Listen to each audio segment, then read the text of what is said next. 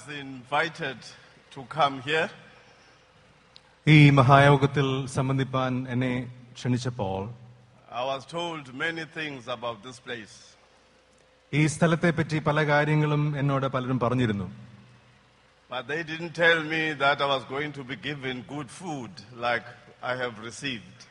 എന്നാൽ ഇത്രത്തോളം മനോഹരമായ എനിക്ക് ലഭിക്കുമെന്ന് എന്നോട് നേരത്തെ ആരും പറഞ്ഞിരുന്നില്ല. And nobody told me about the good choir that I'm going to experience during these days. ഈ ദിവസങ്ങളിൽ ഇത്ര മനോഹരമായ ഗായക സംഘത്തിന്റെ ഗാനങ്ങൾ കേൾക്കുവാൻ സാധിക്കുമെന്നതും ഞാൻ അറിഞ്ഞിരുന്നില്ല. Greetings to your grace, the Metropolitan and all the bishops present here.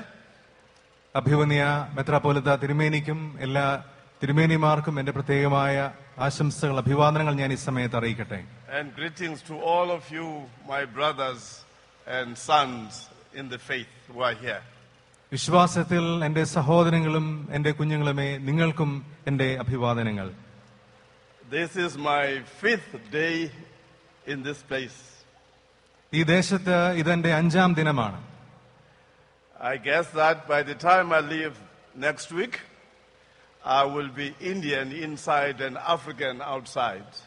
അടുത്ത ആഴ്ച ഞാൻ ഇവിടെ നിന്ന് മടങ്ങുന്നതിന് മുമ്പായി ഞാൻ ഉള്ളിൽ ഒരു ഇന്ത്യക്കാരനും പുറമേ മാത്രം ഒരു ആഫ്രിക്കക്കാരനുമായിരിക്കുമെന്നാണ് എന്റെ ചിന്ത. It has been a pleasure for me and my wife to be visitors in this place. ഇവിടെ സന്ദർശകരും പ്രസംഗകരുമായിരിക്കാൻ പ്രത്യേകമായി ലഭിച്ചിരിക്കുന്ന ഈ പദവിക്കായി ഞാനും എന്റെ ഭാര്യയും നിങ്ങളോട് നന്ദിയുള്ളവരാണ്. Let us pray. നമുക്ക് പ്രാർത്ഥിക്കാം. O Lord, my God, here we are again in this place. ഞങ്ങളുടെ കർത്താവും ഞങ്ങളുടെ ദൈവമേ, ഞങ്ങളിതാ ഈ തിരുസന്നിധിയിൽ ഈ സ്ഥലത്ത് കൂടി വന്നിരിക്കുന്നു. We are grateful that you have kept us safe until this moment. ഈ നിമിഷം വരെയും അവിടുത്തെ ചിറകിൻ മറവിൽ സുരക്ഷിതമായി ഞങ്ങളെ കാത്തു പരിപാലിക്കുന്നതോർത്ത് സ്തോത്രം. O Lord, I ask that you anoint my speech and give me wisdom as we look into this passage. ദൈവമേ, അവിടുത്തെ വചനം ഞങ്ങൾ ധ്യാനിക്കുമ്പോൾ അവിടുത്തെ ആത്മാവിനാൽ, അവിടുത്തെ ജ്ഞാനത്താൽ അടിയനെയും അടിയന്റെ വാക്കുകളെയും അവിടുന്ന് ശുദ്ധീകരിക്കണമേ. I also pray for my brother Matthew as he conveys the same message in the language that is understood in this place. പരിഭാഷ നിർവഹിക്കുന്ന മകനെയും ഓർത്ത് പ്രാർത്ഥിക്കുന്നു. Lord, bless us and hear our prayers. അവിടുന്ന് ഞങ്ങളെ അനുഗ്രഹിക്കണമേ, ഞങ്ങളുടെ പ്രാർത്ഥന കേൾക്കുമാറാകണമേ. For the sake of our Lord Jesus Christ, our Savior. ഞങ്ങളുടെ രക്ഷിതാവായ യേശു ക്രിസ്തുവിന്റെ നാമത്തിൽ തന്നെ. ആമേൻ. Amen. When President Nelson Mandela was put into office in 1994, 1994 president Mandela ആ ഒരു സ്ഥാനത്തേക്ക് പ്രവേശിച്ചപ്പോൾ the first thing he did was to call some of us who belong to the Council of Churches to Cape Town, where Parliament is. Cape ടൗണിൽ അവിടുത്തെ ദക്ഷിണാഫ്രിക്കയുടെ parliament മന്ദിരത്തിൽ സഭാംഗങ്ങളായ സഭയുടെ നേതാക്കന്മാരെയെല്ലാം ഞങ്ങളെയെല്ലാം വിളിച്ചു കൂട്ടുക എന്നതാണ് അദ്ദേഹം ആദ്യം ചെയ്തത്. When he came into the room, he said the following words. തന്റെ മുറിയിലേക്ക് പ്രവേശിച്ച് അദ്ദേഹം ഇപ്രകാരം പറഞ്ഞു. He said, I want you to come and see where the people's vote have put us. ജനങ്ങളുടെ വോട്ടവകാശം, ജനങ്ങളുടെ തീരുമാനം നമ്മെ എല്ലാം എവിടെ ആക്കിയിരിക്കുന്നുവെന്ന് നിങ്ങൾ കാണണം എന്ന് എനിക്ക് ആഗ്രഹമുണ്ട്. He said, in this place there were laws that were made to oppress and kill us.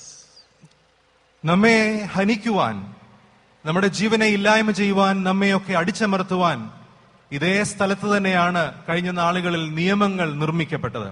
The president said, now that power is in our hands, we want you to help us lead this country through the value of love. എന്നാൽ ഇന്ന് അധികാരം നമ്മളുടെ പക്കലുണ്ട്. ഈ രാജ്യത്തെ സ്നേഹത്തിന്റെ ആത്മാവിൽ മുൻപോട്ട് നയിക്കുവാൻ തക്കമുള്ള നിയമങ്ങൾ നിർമ്മിക്കുവാൻ നിങ്ങൾ ഞങ്ങളെ സഹായിക്കണമെന്ന് പ്രസിഡന്റ് ഞങ്ങളോട് പറഞ്ഞു. Next to the president there was Archbishop Desmond Tutu. President Nelson മണ്ടേലയുടെ തൊട്ടടുത്ത് ഇരുന്നത് ആർച്ച് ബിഷപ്പ് ഡെസ്മണ്ട് ടുറ്റു ആയിരുന്നു. President Mandela said, I have asked the Archbishop to lead a Truth and Reconciliation Commission. President പറഞ്ഞു, ഞാൻ arch bishop Desmond ടുറ്റുവിനെ ഒരു കാര്യം ഏൽപ്പിച്ചിട്ടുണ്ട്. സത്യവും അനുരഞ്ജനത്തിനും വേണ്ടിയുള്ള ഒരു സമിതിയിൽ അധ്യക്ഷനായിരിക്കാൻ ഞാൻ അദ്ദേഹത്തെയാണ് നിയമിക്കുന്നത്. Some of us were younger in the ministry, wanted to know what that Truth and Reconciliation Commission was going to do. ഞങ്ങളുടെ ശുശ്രൂഷയിൽ താരതമ്യേന ചെറുപ്പക്കാരായിരുന്ന ഞങ്ങൾക്ക് അന്ന് സത്യവും അനുരഞ്ജനവും അതിനുവേണ്ടിയുള്ള ഈ സമിതി എന്താണ്, അതിന്റെ പ്രവർത്തനം എങ്ങനെയാണ് എന്ന് അറിയാൻ വളരെ കൗതുകമുണ്ടായിരുന്നു. Some of us had been imprisoned and we wanted revenge from those who put us into prison. അനേക നാളുകൾ ജയിലുകളിലായി ആയിരുന്ന ഞങ്ങളെ ജയിലുകളിലാക്കിയിരുന്നവരോട് പ്രതികാര മനോഭാവത്തോടെ പെരുമാറാൻ കാത്തിരിക്കുകയായിരുന്നു. But Archbishop Tutu said the Truth and Reconciliation Commission will open space for people to come and declare the bad things that they did. എന്നാൽ arch bishop Desmond ടുറ്റു ഇപ്രകാരം പറഞ്ഞു, ഈ പ്രത്യേക സമിതി, സത്യത്തിനും അനുരഞ്ജനത്തിനും വേണ്ടിയുള്ള സമിതി, എല്ലാവരും അടുത്തു വന്ന് അവരുടെ കഴിഞ്ഞകാല ജീവിത അനുഭവങ്ങളിലെ തിക്ത അനുഭവങ്ങളെ പങ്കുവയ്ക്കുവാനുള്ള ഒരു ഇടമായി തീരണം എന്ന് ഞങ്ങൾ ആഗ്രഹിക്കുന്നു എന്ന് പറഞ്ഞു. He said there were bad things that were done by the system called government, and there were bad things that were done in the liberation struggle. സർക്കാരിന്റെ ഭാഗത്ത് നിന്ന് പല തെറ്റായ കാര്യങ്ങളും നടപ്പായിരുന്നു. അതോടൊപ്പം സർക്കാരിനെതിരായി വിമോചന സമരത്തിന്റെ ഭാഗത്ത് നിന്നും തെറ്റായ പല കാര്യങ്ങളും നടന്നിട്ടുണ്ട്. He said it is time for South Africa to see the corpse called apartheid before we bury it. ഇപ്പോൾ ദക്ഷിണാഫ്രിക്ക വർണ്ണവിവേചനം എന്ന ആ ഒരു മൃതശരീരത്തെ അന്തിമമായി മറവ് ചെയ്യുന്നതിന് മുമ്പ് നേർക്കുനേർ കാണാനുള്ള അവസരമാണിത് എന്ന് പറഞ്ഞു. I was surprised at how President Mandela, after 27 years, could speak about love and forgiveness. 27 വർഷം ഏകാന്ത തടവിലായിരുന്ന ഒരു മനുഷ്യൻ, പ്രസിഡന്റ് നെൽസൺ മണ്ടേല, ഈ അനുഭവത്തിന് ശേഷം എങ്ങനെയാണ് സ്നേഹത്തെപ്പറ്റി, അനുരഞ്ജനത്തെപ്പറ്റി സംസാരിക്കാൻ സാധിക്കുന്നത് എന്നത് ഞങ്ങളെയൊക്കെയും ആശ്ചര്യപ്പെടുത്തി. And tonight, I want us to look at the concept of love as a big sign of our witness. നമ്മുടെ സാക്ഷ്യത്തിന്റെ അതിമനോഹരമായ ഒരു വലിയ ചിഹ്നമായി, അടയാളമായി എങ്ങനെയാണ് സ്നേഹത്തെ നാം കണ്ടെത്തേണ്ടത് എന്ന് ഒരുമിച്ച് ധ്യാനിക്കുവാൻ ഞാൻ ആഗ്രഹിക്കുന്നു. As our biblical base, we're reading from the Gospel of St. Luke, chapter 15, from verse 11. വിശുദ്ധ ലൂക്കോസിന്റെ സുവിശേഷം 15-ാം അധ്യായത്തിന്റെ 11 വാക്യം മുതലുള്ള വാക്യങ്ങൾ നമ്മുടെ ചിന്തയ്ക്ക് ആധാരമായി വായിക്കാം. There was a man who had 2 sons. The younger one said to his father, "Father, give me my share of the estate." So he divided his property between them. Not long after that, the younger son got together all he had, set off for a distant country, and there squandered his wealth in wild living. After he had spent everything, there was a severe drought in the whole country, and he began to be in need. So he went and hired himself out to a citizen of that country, who sent him to his fields to feed pigs. He longed to fill his stomach with the pods that the pigs were eating, but no one gave him anything. When he came to his senses, he said, "How many of my father's hired men have food to spare, and here I am starving to death. I will set out and go back to my father and say to him, 'Father, I have sinned against heaven and earth. I am no longer worthy to be called your son. Make me like one of your hired men.' So he got up and went to his father. But while he was still a long way off, his father saw him and was filled with compassion for him. He ran to his son, threw his arms around him and kissed him. The son said to him, "Father, I have sinned against heaven and against you. I am no longer worthy to be called your son." But the father said to his servants, "Quick, bring the best robe and put it on him.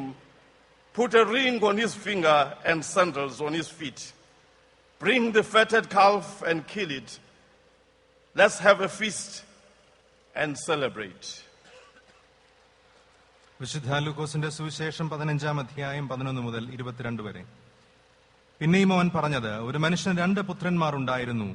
അവരിൽ ഇളയവൻ അപ്പനോട്, "അപ്പാ, വസ്തുവിൽ എനിക്ക് വരേണ്ടുന്ന പങ്ക് തരണമേ" എന്ന് പറഞ്ഞു. അവൻ അവർക്ക് മുതൽ പകുത്തു കൊടുത്തു. ഏറെനാൾ കഴിയും മുൻപേ ഇളയ മകൻ സകലവും സ്വരൂപിച്ച് ദൂരദേശത്തേക്ക് യാത്രയായി അവിടെ ദുർനടപ്പുകാരനായി ജീവിച്ച് വസ്തു നാനാവിധമാക്കി കളഞ്ഞു. എല്ലാം ചെലവഴിച്ച ശേഷം ആ ദേശത്ത് കഠിന ക്ഷാമമുണ്ടായിട്ട് അവന് മുട്ടുവന്നു തുടങ്ങി. അവൻ ആ ദേശത്തിലെ പൗരന്മാരിൽ ഒരുത്തനെ ചെന്ന് ആശ്രയിച്ചു. അവനെ തന്റെ വയലിൽ പന്നികളെ മേയ്പാൻ അയച്ചു. പന്നി തിന്നുന്ന വാളവരെ കൊണ്ട് വയറ് നിറപ്പാൻ അവൻ ആഗ്രഹിച്ചുവെങ്കിലും ആരും അവന് കൊടുത്തില്ല. അപ്പോൾ സുബോധം വന്നിട്ട് അവൻ, "എന്റെ അപ്പന്റെ എത്ര കൂലിക്കാർ ഭക്ഷണം കഴിച്ച് ശേഷിപ്പിക്കുന്നു, ഞാനോ വിശപ്പ് കൊണ്ട് നശിച്ചു പോകുന്നു. ഞാൻ എഴുന്നേറ്റ് അപ്പന്റെ അടുക്കൽ ചെന്ന് അവനോട്, അപ്പാ, ഞാൻ സ്വർഗത്തോടും നിന്നോടും പാപം ചെയ്തിരിക്കുന്നു. ഇനി നിന്റെ മകൻ എന്ന പേരിന് ഞാൻ യോഗ്യനല്ല. നിന്റെ കൂലിക്കാരിൽ ഒരുത്തനെ പോലെ എന്നെ ആക്കണമേ എന്ന് പറയുമെന്ന് പറഞ്ഞു. അങ്ങനെ അവൻ എഴുന്നേറ്റ് അപ്പന്റെ അടുക്കൽ പോയി. ദൂരത്തു നിന്ന് തന്നെ അപ്പൻ അവനെ കണ്ട് മനസ്സലിഞ്ഞ് ഓടിച്ചെന്ന് അവന്റെ കഴുത്ത് കെട്ടിപ്പിടിച്ചു അവനെ ചുംബിച്ചു. മകൻ അവനോട്, "അപ്പാ, ഞാൻ സ്വർഗത്തോടും നിന്നോടും പാപം ചെയ്തിരിക്കുന്നു. ഇനി നിന്റെ മകൻ എന്ന് വിളിക്കപ്പെടുവാൻ യോഗ്യനല്ല" എന്ന് പറഞ്ഞു. അപ്പൻ തന്റെ ദാസന്മാരോട്, "വേഗം മേൽത്തരമായ അങ്കി കൊണ്ടുവന്ന് അവനെ ധരിപ്പിപ്പീൻ. ഇവന്റെ കൈക്ക് മോതിരവും കാലിന് ചെരുപ്പും ഇടുവിപ്പീൻ. തടിപ്പിച്ച കാളക്കുട്ടിയെ കൊണ്ടുവന്ന് അറപ്പീൻ. നാം തിന്ന് ആനന്ദിക്കുക." Our theme for tonight is finding the way home. ഇന്ന് രാത്രിയിലെ നമ്മുടെ ചിന്താവിഷയം ഭവനത്തിലേക്കുള്ള വഴി കണ്ടെത്തുക എന്നുള്ളതത്രേ. The story in Luke 15 is often described as the story of the prodigal son. ലൂക്കോസിന്റെ സുവിശേഷം 15-ാം അധ്യായത്തിലെ ഈ ഉപമ പലപ്പോഴും വിശേഷിപ്പിക്കപ്പെടുന്നത് ധൂർത്തപുത്രന്റെ, മുടിയനായ പുത്രന്റെ ഉപമ എന്ന നിലയിലാണ്. But when you look deep into the story, you soon realize that it is not the son who's the main actor, but a loving father. എന്നാൽ ഈ ഉപമയുടെ ആഴങ്ങളിലേക്ക് നാം ശ്രദ്ധിച്ചാൽ നമുക്ക് മനസ്സിലാകും, ഈ ഉപമയുടെ കഥാനായകൻ പുത്രനല്ല, എന്നാൽ സ്നേഹനിധിയായ പിതാവാണ്. In a remarkable way, you will see in the story the father revealed as one who is able to forgive and love again. വീണ്ടും ക്ഷമിക്കുവാനും സ്നേഹിക്കുവാനും കഴിവുള്ള ഒരു പിതാവായിട്ടാണ് സവിശേഷമായ നിലയിൽ ഈ ഉപമയിൽ ഈ പിതാവിനെ ചിത്രീകരിച്ചിരിക്കുന്നത്. And Jesus begins the story by saying that it happened at home. ഇത് ഒരു ഭവനത്തിലാണ് സംഭവിച്ചത് എന്നാണ് സുവിശേഷം നമ്മോട് പറയുന്നത്. Home is where I can be myself, a place of love, a comfort zone. ഞാനായിത്തീരുന്ന ഇടമാണ് ഭവനം. അത് ഒരു തരത്തിൽ പറഞ്ഞാൽ ഒരു സംരക്ഷിത ഇടമാണ്, സാന്ത്വനത്തിന്റെ സ്ഥലമാണ്. And so Jesus begins the story at home, and he says this home had a father. യേശു പറയുകയാണ്, ഈ കഥ നടക്കുന്നത് ഒരു ഭവനത്തിലാണ്. ഈ ഭവനത്തിന് ഒരു പിതാവുമുണ്ട്. The father in the story represents authority, parental care, and discipline. ഈ ഭവനത്തിലെ പിതാവ് അധികാരത്തെയും മാതാപിതാക്കളുടെ കരുതലിനെയും സംരക്ഷണത്തെയും ഒക്കെയാണ് പ്രതിനിധാനം ചെയ്യുന്നത്. The father also is the custodian of family values. He is the protector and provider of family needs. ഭവനത്തിന്റെ മൂല്യങ്ങളുടെ എല്ലാം ഒരു സംരക്ഷകനാണ് ഈ പിതാവ്. ഭവനത്തിലെ ആവശ്യങ്ങളുടെ എല്ലാം ഒരു ദാതാവുമാണ് ഈ പിതാവ്. In my personal life, I've got 2 sons. എന്റെ ഭവനത്തിൽ എനിക്ക് 2 പുത്രന്മാരുണ്ട്. Imagine the younger son saying, I'm leaving this home, I'm going away. എന്റെ ഇളയ മകൻ വന്ന് എന്നോട് പറയുകയാണ്, ഞാൻ ഈ വീടൊക്കെ വിട്ട് പുറപ്പെട്ടു പോവുകയാണ്, ഉപേക്ഷിച്ച് പോവുകയാണെന്ന് പറഞ്ഞാൽ അത് എങ്ങനെയിരിക്കുമെന്ന് ഭാവനയിൽ കാണുക. His departure was hurtful. It was also traumatic. ഈ മകന്റെ അവിടെ നിന്നുള്ള യാത്ര വളരെയധികം മുറിപ്പെടുത്തുന്ന അനുഭവമാണ്, വളരെയധികം ജീവിതത്തെ നിരാശപ്പെടുത്തുന്ന അനുഭവമാണ് ഈ മകൻ അവിടെ നിന്ന് പുറപ്പെട്ടു പോകുന്നത്. The boy left, and the Bible says he went to a far away country. ഇതാ ഈ മകൻ ദൂരവേയുള്ള ഒരു ദേശത്തേക്കാണ് യാത്ര തിരിക്കുന്നത്. And the question is, what causes a person to leave the comfort of a home? ചോദ്യം ഇതാണ്, ഒരു വ്യക്തി തന്റെ സ്നേഹമുള്ള ഭവനത്തിന്റെ കരുതൽ മേഖലയെ ഉപേക്ഷിച്ചു പോകുവാനുള്ള കാരണം എന്താണ്? What voices call us away from home? ഭവനത്തിൽ നിന്ന് പുറത്തേക്ക് നമ്മെ മാടി വിളിക്കുന്ന മാസ്മരിക ശബ്ദങ്ങൾ ഏതൊക്കെയാണ്? Why do we always want to search for unconditional love in wrong places? നിരുപാധികമായുള്ള സ്നേഹം പ്രതീക്ഷിക്കാനാവാത്ത ഇടങ്ങളിൽ നിന്ന് എന്തുകൊണ്ടാണ് നാം നിരന്തരം പ്രതീക്ഷിക്കുന്നത്? There is also something else that is interesting in this story. ഈ ഒരു ഉപമയിൽ സവിശേഷമായ മറ്റൊരു കാര്യം കൂടെയുണ്ട്. And in this story it is revealed how life is as we know it. എങ്ങനെയാണ് ജീവിതം, നാം അറിയുന്ന ജീവിതം യഥാർത്ഥത്തിൽ എങ്ങനെയാണ് എന്ന് ഈ ഉപമ നമ്മോട് പറയുന്നു. The mystery is that the son did not stop the son from living. The father did not stop the son from living. ഇതിലെ വിചിത്രമായ കാര്യം, ഈ ഭവനത്തിലെ പിതാവ് ആ ഭവനത്തിൽ നിന്നുള്ള മകന്റെ യാത്രയെ ഒരിക്കലും തടസ്സപ്പെടുത്തുന്നില്ല എന്നുള്ളത് തന്നെയാണ്. The son did not just disappear. He walked, he said goodbye, and he left home. ആ ഭവനത്തിലെ ഇളയ മകൻ ഒരു നിമിഷം അപ്രത്യക്ഷനാകുകയല്ല, എന്നാൽ വളരെ ബോധ്യത്തോടുകൂടെ യാത്ര പറഞ്ഞ് പടിപടിയായി ആ വീട്ടിൽ നിന്ന് ദൂരേക്ക് പോവുകയാണ്. Why can't we read that there was an attempt from the father to stop the son from leaving home? ഈ മകൻ ഭവനത്തിൽ നിന്ന് യാത്ര പുറപ്പെട്ടു പോകുന്നതിനെ തടസ്സപ്പെടുത്തുവാൻ തക്കവണ്ണം, അവനെ ആ ഭവനത്തിൽ പിടിച്ചു നിർത്തുവാൻ ഈ പിതാവിന്റെ ഭാഗത്ത് നിന്ന് യാതൊരു താല്പര്യവും ഒരു പ്രവർത്തനം ഉണ്ടായില്ല എന്നുള്ളത് എന്തുകൊണ്ടാണ് സംഭവിക്കുന്നത്? The answer is that the son was not a slave or a prisoner at home. ഇതിന് നമുക്ക് ഉത്തരമായി പറയാവുന്ന ഒരേ കാര്യമേ ഉള്ളൂ. ഈ മകൻ ഈ ഭവനത്തിലെ ഒരു അടിമയോ ഒരു തടവുകാരനോ ആയിരുന്നില്ല. The boy was loved at home. ഈ മകൻ ആ ഭവനത്തിൽ സ്നേഹിക്കപ്പെട്ടവനായിരുന്നു, ആ ഭവനത്തിലെ പ്രിയ മകനായിരുന്നു. And love has freedom, it has no chains. യഥാർത്ഥ സ്നേഹം എപ്പോഴും സ്വതന്ത്രമാണ്, അനന്തമായ സ്വാതന്ത്ര്യം നൽകുന്നതാണ് സ്നേഹം. So love made the boy to live even while the father was suffering, because there is freedom in love. തന്റെ വേർപാട് പിതാവിന് വേദന ഉളവാക്കുന്നുവെങ്കിലും അവിടെ ആ ഭവനത്തിലെ യഥാർത്ഥ സ്നേഹം ആ ഇളയ മകനെ അവിടെ നിന്ന് പുറപ്പെടുന്നതിൽ നിന്ന് തടസ്സപ്പെടുത്തുന്നില്ല. We are talking here about the biblical concept of what we call free will. ഇവിടെ നാം സംസാരിക്കുന്നത് വേദപുസ്തക തത്വമായ സ്വതന്ത്ര ഇച്ഛ എന്നതിനെ പറ്റിയാണ്. God did not make us like traffic lights. He gave us freedom to choose, even to reject him when we want to. ദൈവം നമ്മെ ഒരു യന്ത്രത്തെ പോലെ ഒരിക്കലും നിയന്ത്രിക്കുന്നില്ല, എന്നാൽ എന്താണ് തിരഞ്ഞെടുക്കേണ്ടെന്നുള്ള മഹത്തായ സ്വാതന്ത്ര്യം ദൈവം നമുക്ക് മനുഷ്യർ എന്ന നിലയിൽ നൽകിയിരിക്കുന്നു. And so the boy left and he went to a far away country where he was far away from home. ഇതാ മകൻ ആ ഭവനത്തെ ഉപേക്ഷിച്ച് ഭവനത്തിൽ നിന്ന് വളരെ ദൂരെയുള്ള ഒരു ദേശത്തേക്ക് യാത്ര തിരിക്കുന്നു. Someone once said that the choices we make in life usually make or break us.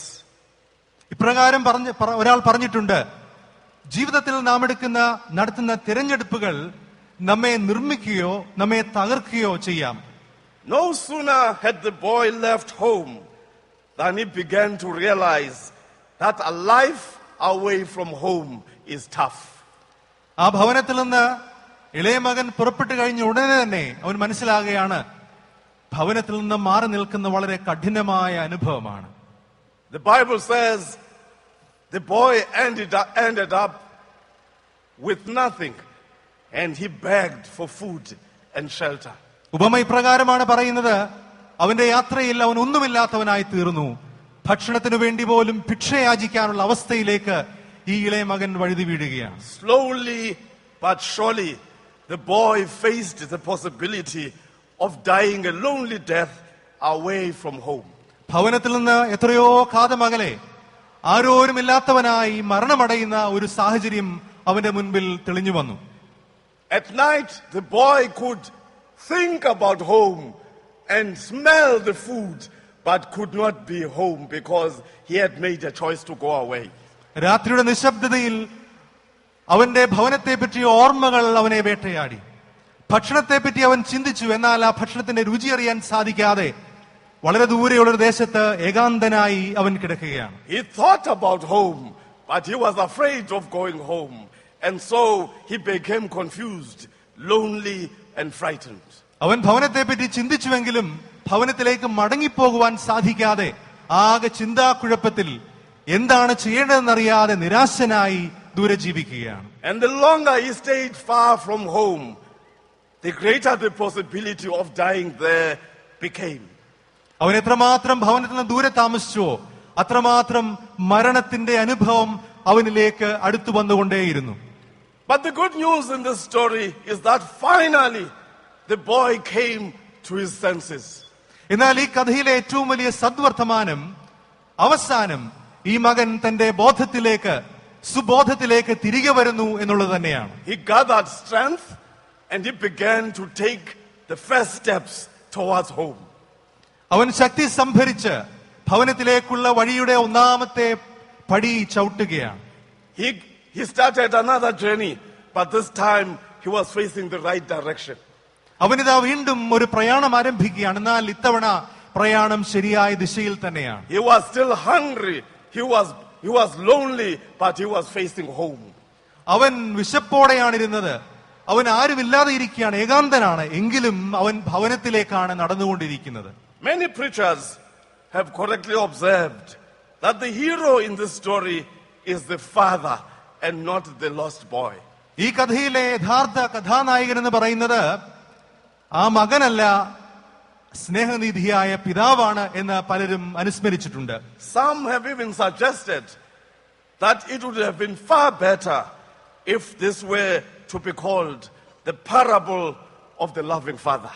സ്നേഹനിധിയായ പിതാവിന്റെ ഉപമ എന്ന് ഈ ഉപമയ്ക്ക് തലക്കെട്ട് നൽകുന്നതാണ് നല്ലത് എന്ന് പലരും പറഞ്ഞിട്ടുണ്ട്. It is touching when it is reported that the father saw the boy while he was still far away. ഇതാ ഇവിടെ എഴുതിയിരിക്കുകയാണ്, ആ മകൻ ദൂരത്തായിരിക്കുമ്പോൾ തന്നെ ഈ പിതാവ് അവനെ കണ്ടുവെന്ന്. അത് എത്രമാത്രം ഹൃദയസ്പൃക്കാണ്. The father was ready to embrace the boy and whisper in his ear and say, "You are my beloved son." മകനെ, നീ എന്റെ പ്രിയപുത്രൻ എന്ന് അവന്റെ ചെവിയിൽ ഒന്ന് പറയുവാൻ, ഒന്ന് മന്ത്രിക്കുവാൻ തക്കവണ്ണം അവനെ ഒന്ന് ചേർത്ത് പിടിക്കുവാൻ കാംക്ഷിച്ചിരിക്കുന്ന പിതാവിനെയാണ് നാം ഈ ഉപമയിൽ കാണുന്നത്. The son was still confused and rehearsing what he was going to say to show his father that he was sorry. അവന്റെ യാത്രയിൽ അവൻ ചിന്തിച്ചുകൊണ്ടേയിരിക്കുകയാണ്, എന്താണ് ഞാൻ ഈ പിതാവിനെ കാണുമ്പോൾ പറയേണ്ടത്, എന്തൊക്കെയാണ് ഞാൻ ക്ഷമയാചിക്കേണ്ടത്. His preparation was wrong because it was not based on the concept of a loving father at home. സ്നേഹനിധിയായ പിതാവിന്റെ അനുഭവത്തിൽ അടിസ്ഥാനപ്പെടാത്തതിനാൽ ഒരു തരത്തിൽ പറഞ്ഞാൽ അവന്റെ ചിന്തകളൊക്കെ വളരെ തെറ്റാണ്. The boy asked for forgiveness, unaware that the loving father had forgiven him even before he asked for forgiveness. തന്നെ സ്നേഹിക്കുന്ന പിതാവ് എത്രയോ മുൻപ് തന്നെ തന്നോടെല്ലാം ക്ഷമിച്ചിരിക്കുന്നു എന്ന് തിരിച്ചറിയാതെയാണ് ഇവൻ തന്റെ പിതാവിനോട് ക്ഷമ ചോദിക്കാൻ വേണ്ടി വരുന്നത്. So the father stopped the boy from talking and said, "Bring the best robe and make him warm again." ഈ മകനൊന്നും സംസാരിക്കാൻ അനുവദിക്കാതെ ഈ പിതാവ് പറയുകയാണ്, വേഗം മേൽത്തരമായ അങ്കി കൊണ്ടുവന്ന ഇവനെ ധരിപ്പിപ്പീൻ. The giving of the robe by the father signifies restoration of dignity and warmth to the boy. നഷ്ടപ്പെട്ട മാന്യതയുടെയും അഭിമാനത്തിന്റെയും ഒക്കെ ഒരു തിരികെ നൽകലാണ് ഈ മേൽത്തരമായ അങ്കി നൽകുന്നതിൽ കൂടെ ഇവിടെ ഉദ്ദേശിക്കുന്നത്. The father also gave this boy a ring, a symbol of blessing. അനുഗ്രഹത്തിന്റെ അടയാളമായ ഒരു മോതിരം ഈ മകന് പിതാവ് നൽകുന്നു. The order to put shoes in his feet was to offer him security. അവന് ചെരുപ്പുകൾ നൽകുന്നത് അവന്റെ ജീവിതത്തിന് പിതാവ് നൽകുന്ന സംരക്ഷണമാണ്. But Jesus finishes the story of the prodigal son by contrasting the attitude of a loving father with that of an unforgiving big boy. എന്നാൽ കർത്താവ് ഈ ഉപമ അവസാനിപ്പിക്കുന്നത് സ്നേഹനിധിയായ പിതാവിന്റെ സ്വഭാവത്തെയും ഒരിക്കലും ക്ഷമിക്കുവാൻ തയ്യാറല്ലാത്ത ഒരു മൂത്തപുത്രന്റെ ജീവിതത്തെയും തമ്മിലുള്ള ഒരു അന്തരത്തിലാണ്, ഒരു താരതമ്യത്തിലാണ്. The big brother argued that he was quite responsible and he was homebound all his life. മൂത്ത സഹോദരൻ പറയുകയാണ്, ഞാൻ എല്ലായ്പ്പോഴും വളരെ വിശ്വസ്തതയുള്ളവനായിരുന്നു, ജീവിതം മുഴുവൻ ഞാൻ ഈ കുടുംബത്തിൽ തന്നെയാണ് ചെലവഴിച്ചത്, കുടുംബത്തിനു വേണ്ടിയാണ് ചെലവഴിച്ചത്. He was quick to find faults and he would have loved to see the boy punished than to be forgiven. തന്റെ ഇളയ സഹോദരന്റെ കുറ്റങ്ങളൊക്കെയും കണ്ടുപിടിച്ച് അവൻ ശിക്ഷിക്കപ്പെടുവാൻ വേണ്ടി താല്പര്യപ്പെടുന്ന ഒരു സഹോദരനെയാണ് നാം ഇവിടെ കാണുന്നത്. The big brother is portrayed in this story as a good man, but his goodness was hard, self-righteous and unloving. മൂത്ത സഹോദരൻ ഇതാ ഒരു നല്ല മനുഷ്യനെന്ന നിലയിൽ ഇവിടെ ചിത്രീകരിക്കപ്പെടുന്നു. എന്നാൽ ഈ മൂത്ത സഹോദരന്റെ നന്മ എന്ന് പറയുന്നത് കഠിനമായ നന്മയാണ്, സ്വയനീതീകരണത്തിന്റെ നന്മയാണ്, ഒരിക്കലും ക്ഷമിക്കുവാൻ തയ്യാറല്ലാത്ത രീതിയിലുള്ള നന്മയാണ്. The loving father pleaded with the big boy to walk inside the house and join the party. ഭവനത്തിനുള്ളിൽ നടക്കുന്ന ആഘോഷത്തിൽ പങ്കുകൊള്ളുവാൻ തക്കവണ്ണം പിതാവ് ആ മകനോട്, മൂത്ത മകനോട് താണപേക്ഷിക്കുകയാണ്. While the party was going on inside, the father remained outside talking to the big brother. ഭവനത്തിനുള്ളിൽ ആഘോഷങ്ങൾ പൊടിപൊടിക്കുമ്പോൾ ഇതാ ഭവനത്തിന് പുറത്ത് മൂത്ത മകനുമായുള്ള ഒരു സംവാദത്തിൽ ഏർപ്പെട്ട് നിൽക്കുകയാണ് ആ ഭവനത്തിലെ പിതാവ്. The big brother was at home, but he had no love. ആ മൂത്ത സഹോദരൻ ഭവനത്തിൽ തന്നെ ആയിരുന്നു, എന്നാൽ അവന്റെ ഹൃദയത്തിൽ ഒരിക്കലും സ്നേഹമുണ്ടായിരുന്നില്ല. He was a brother, but he lacked the one important aspect of being a brother, love. അവനൊരു സഹോദരനായിരുന്നു, എന്നാൽ ഒരു സഹോദരത്വത്തിന്റെ ഏറ്റവും പ്രധാനമായ ഘടകമായ സ്നേഹം മാത്രം അവന് ലഭ്യമായിരുന്നില്ല. In one of our big hospitals in South Africa, ദക്ഷിണാഫ്രിക്കയിലുള്ള ഒരു വലിയ ആശുപത്രിയിൽ a teenage boy kept on running away from hospital before he was healed. അവിടെ രോഗസൗഖ്യത്തിനായി പ്രവേശിക്കപ്പെട്ടിരുന്ന ഒരു കൗമാര പ്രായക്കാരനായ കുട്ടി അവന് സൗഖ്യം വരുന്നതിന് മുമ്പ് എല്ലായ്പ്പോഴും പല പ്രാവശ്യം ആശുപത്രിയിൽ നിന്ന് ഓടിപ്പോവുകയുണ്ടായി. Many times the boy tried to escape and he was always found next to the hospital gates. പലപ്പോഴും ആശുപത്രിയിൽ നിന്ന് രക്ഷപ്പെടുവാനുള്ള താല്പര്യത്തിൽ അവിടെ നിന്ന് അവൻ യാത്ര ചെയ്ത് ആ ഹോസ്പിറ്റലിന്റെ പ്രധാന കവാടത്തിനടുത്ത് വെച്ച് പലപ്പോഴും അവനെ അവർ കണ്ടെത്തിയിട്ടുണ്ട്. The hospital is in a big city and it is modern with well equipped and it has quality stuff. ഒരു വലിയ നഗരത്തിൽ അത്യന്താധുനിക സൗകര്യങ്ങളുള്ള സുസജ്ജമായ ഒരു ആശുപത്രിയായിരുന്നു അത്. But the boy kept on running away from this hospital before he was healed. എന്നാൽ അവന് സൗഖ്യം ലഭിക്കുന്നതിന് മുമ്പേ എല്ലായ്പ്പോഴും ഈ കുട്ടി അവിടെ നിന്ന് ഓടിപ്പോകുവാൻ ശ്രമിച്ചുകൊണ്ടേയിരുന്നു. One day a nursing sister took the boy aside. ഒരു ദിവസം അവിടെ ഉണ്ടായിരുന്ന ഒരു സിസ്റ്റർ ഈ കൗമാരപ്രായക്കാരനായ കുട്ടിയെ അരികെ വിളിച്ചു. And he asked him, why are you running away from the hospital before you are healed? നിനക്ക് രോഗം സുഖമാകുന്നതിന് മുമ്പ് എന്തുകൊണ്ടാണ് എല്ലായ്പ്പോഴും ഇവിടെ നിന്ന് ഓടിപ്പോകുന്നതെന്ന് അവനോട് ചോദിച്ചു. The boy answered the sister and said, ആ കുട്ടി ഇപ്രകാരം സിസ്റ്ററിനോട് മറുപടി പറഞ്ഞു, how can I be healed in this place when nobody touches me? എന്നെ ആരും ഒന്ന് തൊടാൻ പോലും താല്പര്യപ്പെടാത്ത ഈ സ്ഥലത്ത് എങ്ങനെയാണ് എന്റെ രോഗം സുഖപ്പെടുന്നത്? I want to go home, he said. I want to be with my grandmother because she always hugs me when I'm hurting. എനിക്ക് എന്റെ വീട്ടിൽ പോകണം, എന്റെ വല്യമ്മച്ചിയുടെ കൂടെ ഇരിക്കണം. കാരണം എനിക്ക് എപ്പോൾ വേദനയുണ്ടായാലും എന്റെ വല്യമ്മച്ചി എന്നെ ചേർത്ത് പിടിച്ച് എന്നെ ആശ്വസിപ്പിക്കും. So there were good doctors, there was good medicine, but nobody was touching this young man.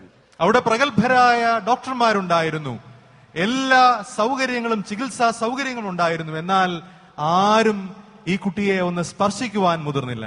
The moral point behind this story is that love can never, without love, there can never be healing and transformation. ഈ കഥ നമ്മോട് പറയുന്നത് സ്നേഹമില്ലാത്തയിടത്ത് ഒരിക്കലും സൗഖ്യവും രൂപാന്തരവും സംഭവിക്കുകയില്ല എന്നുള്ളത് തന്നെയാണ്. The Oxford Dictionary describes love as warm affection, attachment, fondness. സ്നേഹത്തിന് ഡിക്ഷണറി നൽകുന്ന പല അർത്ഥങ്ങൾ മമത, പറ്റുമാനം, അടുപ്പം, ഊഷ്മളത ഇതൊക്കെയാണ്. Rick Warren in his book sums up the concept of love when he says life minus love equals 0. Rick Warren, പ്രശസ്ത എഴുത്തുകാരനായ Rick Warren സ്നേഹത്തിന് നൽകുന്ന നിർവചനം ഇപ്രകാരമാണ്: ജീവിതത്തിൽ നിന്ന് സ്നേഹം കുറവ് ചെയ്തു കഴിഞ്ഞാൽ ആ ജീവിതം വട്ടപൂജ്യമാണ്. As we seek to be witnesses, let us remember the words of Jesus before he died. യേശുക്രിസ്തു ക്രൂശിതനാകുന്നതിന് മുൻപേ പറഞ്ഞ വാക്കുകൾ നാം ശ്രദ്ധിക്കുക. Of all the many things that he said, one of the last few ones was this. കർത്താവ് ക്രൂശിതനാകുന്നതിന് മുമ്പേ പറഞ്ഞ അവസാന വാക്കുകൾ ഇവയൊക്കെയാണ്. He said, a new commandment I give unto you, that you should love one another. കർത്താവ് പറഞ്ഞു, ഞാൻ നിങ്ങൾക്ക് പുതിയൊരു കൽപ്പന നൽകുന്നു, നിങ്ങൾ അന്യോന്യം സ്നേഹിക്കണം എന്നത് തന്നെ. Jesus said, by this all men will know that you are my disciples if you love one another. നിങ്ങൾ അന്യോന്യം സ്നേഹിക്കുമെങ്കിൽ നിങ്ങൾ എന്റെ ശിഷ്യന്മാരെന്ന് ലോകം അറിയും. And by dying on the cross, Jesus did not only talk about love, he demonstrated what love means. ക്രൂശിൽ മരിക്കുന്നതോടെ കർത്താവ് സ്നേഹത്തെ പറ്റി സംസാരിക്കുക മാത്രമല്ല, ആ സ്നേഹം തന്റെ ജീവിതത്തിൽ പ്രദർശിപ്പിക്കുകയാണ് ചെയ്യുന്നത്. We are all called to be witnesses of this kind of sacrificial love.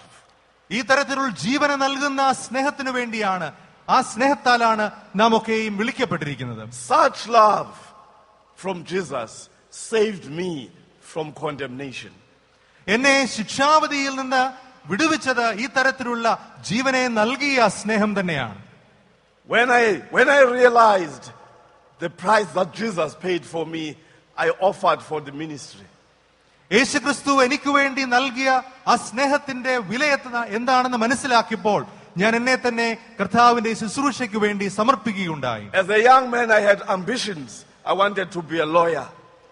ഒരു ചെറുപ്പക്കാരനായിരിക്കുമ്പോൾ എനിക്കൊരു അഭിഭാഷകനാകണം എന്നുള്ളതായിരുന്നു എന്റെ മനസ്സിലെ ആഗ്രഹം. But when I realized how much Jesus loved me and sacrificed for me, I said, I'm going to follow him. എന്നാൽ യേശുക്രിസ്തുവിന്റെ സ്നേഹത്തിന്റെ ആഴവും പൊരുളും എനിക്ക് മനസ്സിലായപ്പോൾ ഈ കർത്താവിന് വേണ്ടി എന്റെ ജീവിതം നൽകുവാൻ ഞാൻ തീരുമാനിച്ചു. For many of us, especially men, the words of love are difficult. നമ്മിൽ പലർക്കും, പ്രത്യേകമായി പുരുഷന്മാർക്ക്, സ്നേഹം എന്ന വാക്കിന്റെ അർത്ഥം യഥാർത്ഥത്തിൽ ഗ്രഹിക്കുവാൻ വളരെ പ്രയാസമാണ്. The reason is that love makes us feel vulnerable and it leaves us exposed. എന്തുകൊണ്ടെന്നാൽ ഈ സ്നേഹത്തിന്റെ യഥാർത്ഥ അർത്ഥം ഗ്രഹിക്കുവാൻ നമുക്ക് സാധിക്കാതെ ഇരിക്കുന്നത്, ഈ സ്നേഹം നമ്മുടെ ജീവിതത്തിന്റെ എല്ലാ തരത്തിലുള്ള പ്രതിരോധത്തെയൊക്കെ മാറ്റി നമ്മെ മറ്റുള്ളവർക്ക് മുൻപിൽ പൂർണ്ണമായും നമ്മുടെ ജീവിതത്തെ തുറന്നു കാട്ടുന്ന അനുഭവത്തിലേക്ക് നയിക്കും എന്നുള്ളത് തന്നെയാണ്. We all want to love and embrace, but as men we find it difficult even to say I love you. നമുക്കെല്ലാവരെയും സ്നേഹിക്കുവാനും ചേർത്ത് നിർത്തുവാനും താല്പര്യമാണ്. എന്നാൽ മറ്റുള്ളവരെ സ്നേഹിക്കുവാനുള്ള താല്പര്യത്തെ പ്രകടിപ്പിക്കുവാൻ നമുക്ക് അതിനുള്ള ധൈര്യമില്ല. Love makes us open. It opens us up. It makes us feel vulnerable. നമ്മുടെ ജീവിതത്തിന്റെ എല്ലാ പ്രതിരോധങ്ങളെയും മാറ്റി നമ്മുടെ ജീവിതത്തിന്റെ ആളത്വങ്ങളെ യഥാർത്ഥമായി തുറക്കുക എന്നതാണ് യഥാർത്ഥ സ്നേഹം. In one of the countries in Africa called Uganda, there was a president called Idi Amin. African രാജ്യമായ ഉഗാണ്ടയിൽ ഇദി അമീൻ എന്നൊരു ഭരണാധികാരി ഉണ്ടായിരുന്നു. Now, Idi Amin was a cruel dictator who killed lots of people. അനേകായിരങ്ങളെ വധിച്ച ക്രൂരനായ ഒരു സ്വേച്ഛാധിപതിയായിരുന്നു ഇദി അമീൻ. In the capital city of Uganda, there was a bishop called Festo Kivengere. ഫെസ്റ്റോ കിവെങ്കറെ എന്ന പേരുള്ള ഒരു ബിഷപ്പ് ആ ഉഗാണ്ടയുടെ തലസ്ഥാന നഗരിയിൽ ശുശ്രൂഷ ചെയ്തിരുന്നു. President Amin believed in using the gun, but Bishop Kivengere believed in love. ഇദി അമീൻ എത്രമാത്രം ആയുധങ്ങൾ ഉപയോഗിക്കാൻ താല്പര്യപ്പെട്ടോ അത്രയും അധികം സ്നേഹം പ്രതികാരമായി ഉപയോഗിക്കുവാൻ ഈ ബിഷപ്പ് തീരുമാനിച്ചു. So one day Bishop Kivengere had a meeting with the president. ഒരു ദിവസം ഈ ഫെസ്റ്റോ കിവെങ്കറെ എന്ന ബിഷപ്പിന് ഇദി അമീനുമായി ഒരു കൂടിക്കാഴ്ച നടത്തി. During the meeting, the president got angry. ആ ഒരു കൂടിക്കാഴ്ചയിൽ അവിടുത്തെ ഭരണാധികാരിയായ ഇദി അമീൻ വളരെ കോപാകുലനായി. He opened his drawer and he found a gun. മേശവലിപ്പ് തുറന്ന് അവിടെ ഉണ്ടായിരുന്ന ഒരു തോക്ക് അദ്ദേഹം എടുത്തു. We are now talking about 1970s. He opened the gun and his drawer and found a gun and he gave it to the bishop. 1970കൾ സംഭവിച്ച കാര്യമാണ് ഞാൻ പറയുന്നത്. ഈ മേശവലിപ്പിൽ നിന്ന് തോക്കെടുത്ത് ഇദി അമീൻ ആ ബിഷപ്പിന് നൽകി. The president said, if you think I am bad, as you say, kill me in the name of God. President ഇപ്രകാരം പറഞ്ഞു, താങ്കൾ പറയുന്ന പോലെ ഞാൻ അത്ര നീചനായ മനുഷ്യനാണെങ്കിൽ ദൈവത്തിന്റെ നാമത്തിൽ ഇപ്പോൾ തന്നെ എന്നെ കൊന്നുകളകാം. Bishop Kivengere in a calm way said, Mr. President, please sit down. ഈ ബിഷപ്പ് വളരെ ശാന്തനായി പ്രശാന്തതയോടെ പറഞ്ഞു, താങ്കൾ ദയവായി അവിടെ ഇരുന്നാട്ടെ. I don't use guns. ഞാൻ ഒരിക്കലും തോക്ക് ഉപയോഗിക്കാറില്ല. I am a witness for Jesus, who is a loving brother. സ്നേഹനിധിയായ സഹോദരനായ യേശുക്രിസ്തുവിന്റെ ഒരു സാക്ഷിയാണ് ഞാൻ. I have come to tell you that if you believe in Jesus, you can change the way you are doing things. യേശുക്രിസ്തുവിൽ നീ വിശ്വസിക്കുകയാണെങ്കിൽ നിന്റെ ജീവിത രീതിയെ തന്നെ നിനക്ക് മാറ്റുവാൻ സാധിക്കും എന്നത് പറയാനാണ് ഞാൻ താങ്കളുടെ അടുക്കൽ എത്തിയിരിക്കുന്നത്. The sad story is that months later the bishop was killed by security men of the president. ദുഃഖകരമെന്ന് പറയട്ടെ, ചില മാസങ്ങൾക്ക് ശേഷം ഈ ബിഷപ്പ് അവിടെ ഉണ്ടായിരുന്ന പട്ടാളക്കാരാൽ വെടിയേറ്റ് മരിച്ചു എന്നുള്ളത് തന്നെയാണ്. And so the world outside is longing for love. ഈ ലോകം യഥാർത്ഥ സ്നേഹത്തിനു വേണ്ടി ആഗ്രഹിക്കുകയാണ്. And the biblical truth is that we were created by a loving father, a loving creator. സ്നേഹനിധിയായ ഒരു ദൈവമാണ് ഈ ലോകത്തെയും നമ്മെയെല്ലാം സൃഷ്ടിച്ചിരിക്കുന്നത്. We are designed to be lovers, to embrace and not to destroy. മറ്റുള്ളവരെ സ്നേഹിക്കുവാനും ചേർത്ത് പിടിക്കുവാനും തക്കവണ്ണമാണ് നാം രൂപകൽപ്പന ചെയ്യപ്പെട്ടിരിക്കുന്നത്, മറ്റാരെയും ദ്വേഷിക്കുവാനല്ല. Deep in each of us there is hunger to be loved and there is a need to love. നമ്മുടെയൊക്കെയും അന്തരാത്മാവിൽ സ്നേഹിക്കുവാനുള്ള ഒരു വലിയ ത്വര നിലനിൽക്കുന്നുണ്ട്. And in order for love to function, we need three things. ഈ ഒരു സ്നേഹം ജീവിതത്തിൽ യഥാർത്ഥമായി പ്രാവർത്തികമാകണമെങ്കിൽ അതിന് മൂന്ന് സാഹചര്യങ്ങൾ ആവശ്യമാണ്. We need silence. ഒന്നാമതായി അവിടെ ഒരു മൗനം ആവശ്യമാണ്. Because love can be expressed in silence, not even in words. സ്നേഹം യഥാർത്ഥത്തിൽ പ്രകടമാക്കപ്പെടുന്നത് നിശബ്ദതയിലാണ്, വലിയ വാക്കുകളിലല്ല. Love can be conveyed in a glance or a soft touch or a warm smile. യഥാർത്ഥ സ്നേഹം ചിലപ്പോൾ ഒരു സ്പർശനം കൊണ്ടായിരിക്കാം, അല്ലെങ്കിൽ ഒരു കടാക്ഷം കൊണ്ടായിരിക്കാം, അല്ലെങ്കിൽ ഒരു ചെറിയ വാക്കുകൊണ്ടല്ല ഒരു സ്പർശനം കൊണ്ടോ കടാക്ഷം കൊണ്ടോ ഒക്കെ ആയിരിക്കാം നിശബ്ദതയിൽ യഥാർത്ഥ സ്നേഹം പകരപ്പെടുന്നത്. In my experience of walking up and down coming to this place here, I have seen many people smiling and waving and I felt loved. ഈ കൺവെൻഷൻ പന്തലിലേക്ക് ഞാൻ വരുമ്പോൾ അനേകർ എന്നെ നോക്കി മന്ദഹസിക്കാറുണ്ട്. അവരുടെ ചിരി കാണുമ്പോൾ ഞാൻ എത്രയോ കൃതാർത്ഥനാണ്, ഞാൻ എത്രയോ അനുഗ്രഹീതനാണ്. The other thing that is needed for love to function is time.